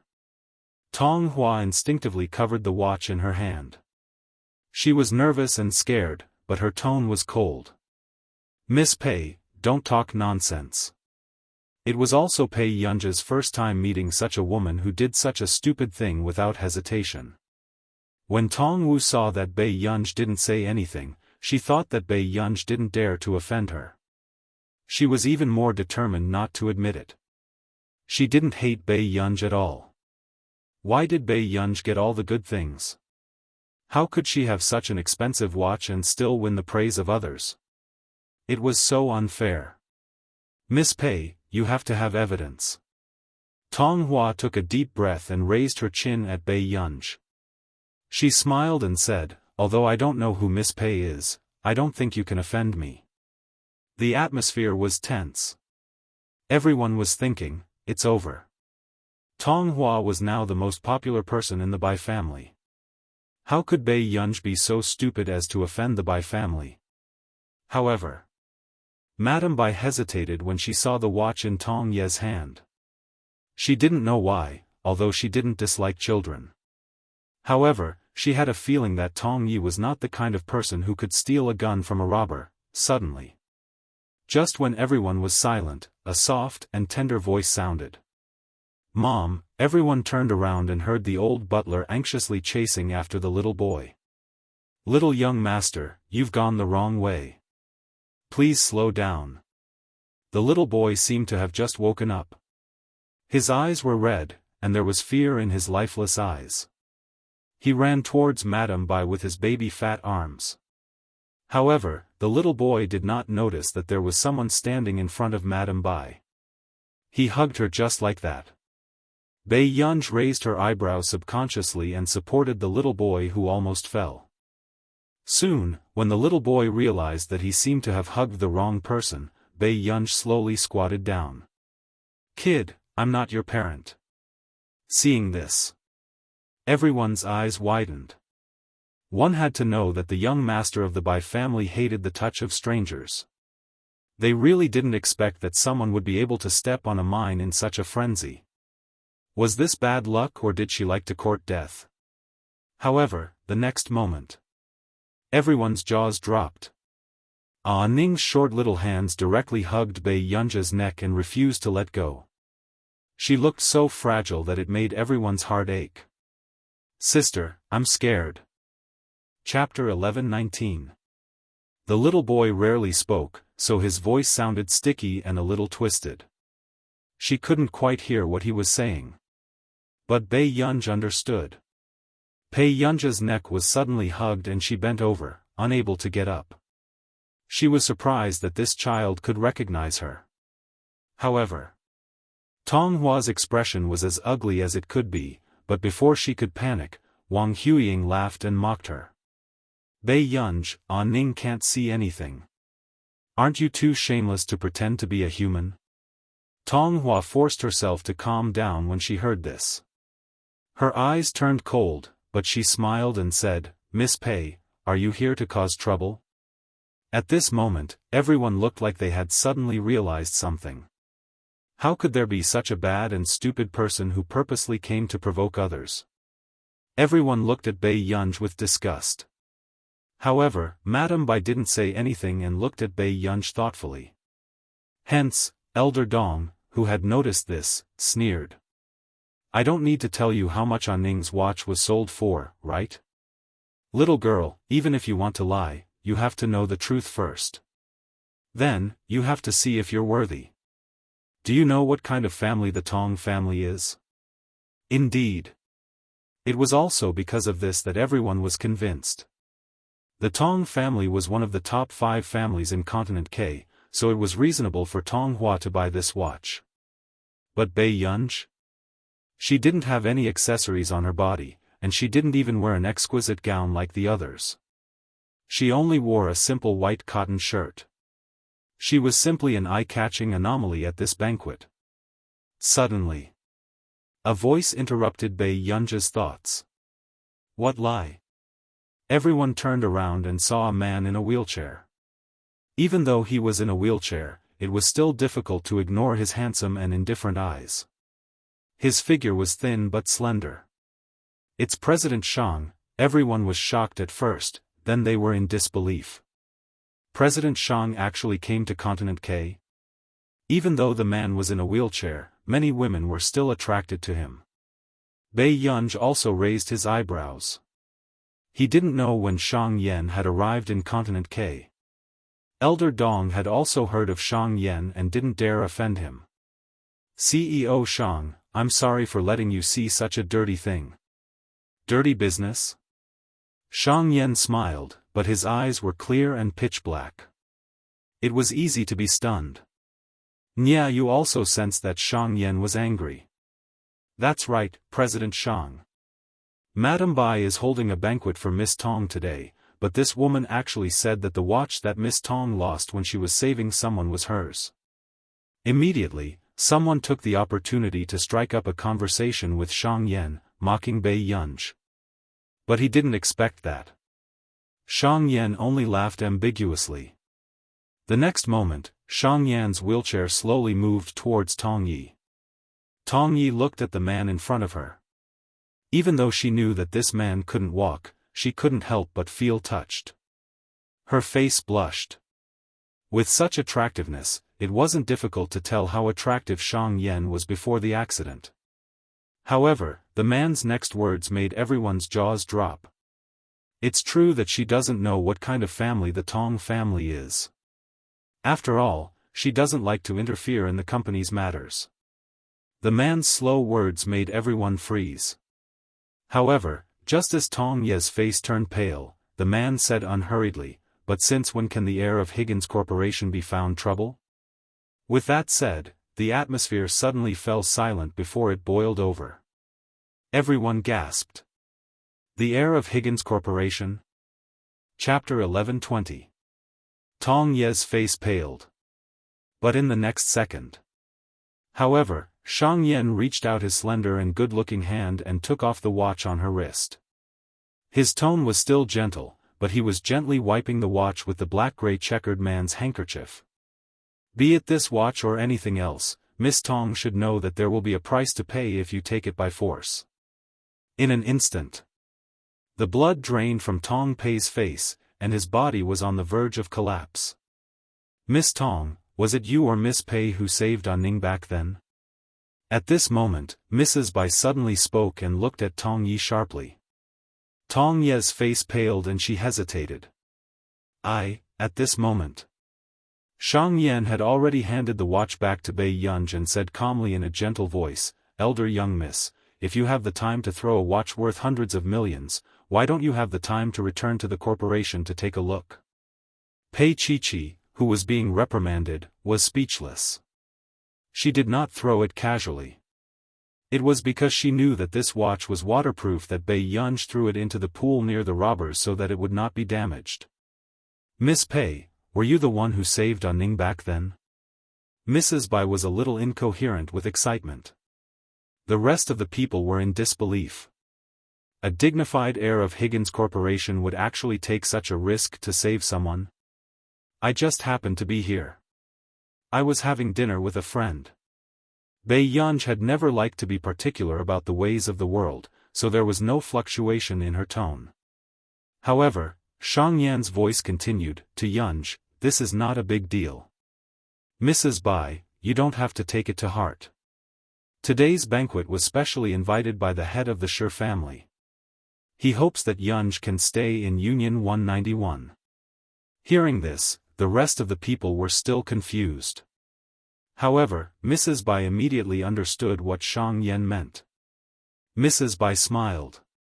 Perhaps to Miss Pei, it's not a big deal, but to me, it's a favor that I can't repay in my lifetime.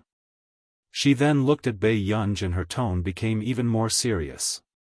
If Miss Pei needs any help in the future, the Bai family will definitely cooperate fully.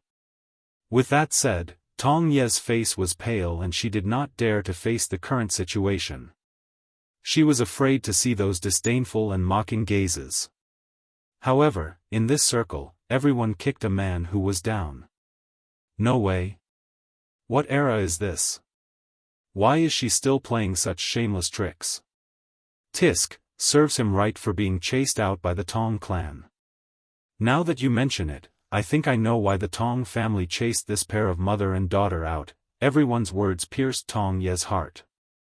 She raised her head abruptly, and as expected, she was faced with a bunch of mocking faces. Even those who had just flattered her now had looks of anger or disgust on their faces. Tong Yi subconsciously looked at Elder Dong. However, Elder Dong's face was dark and gloomy.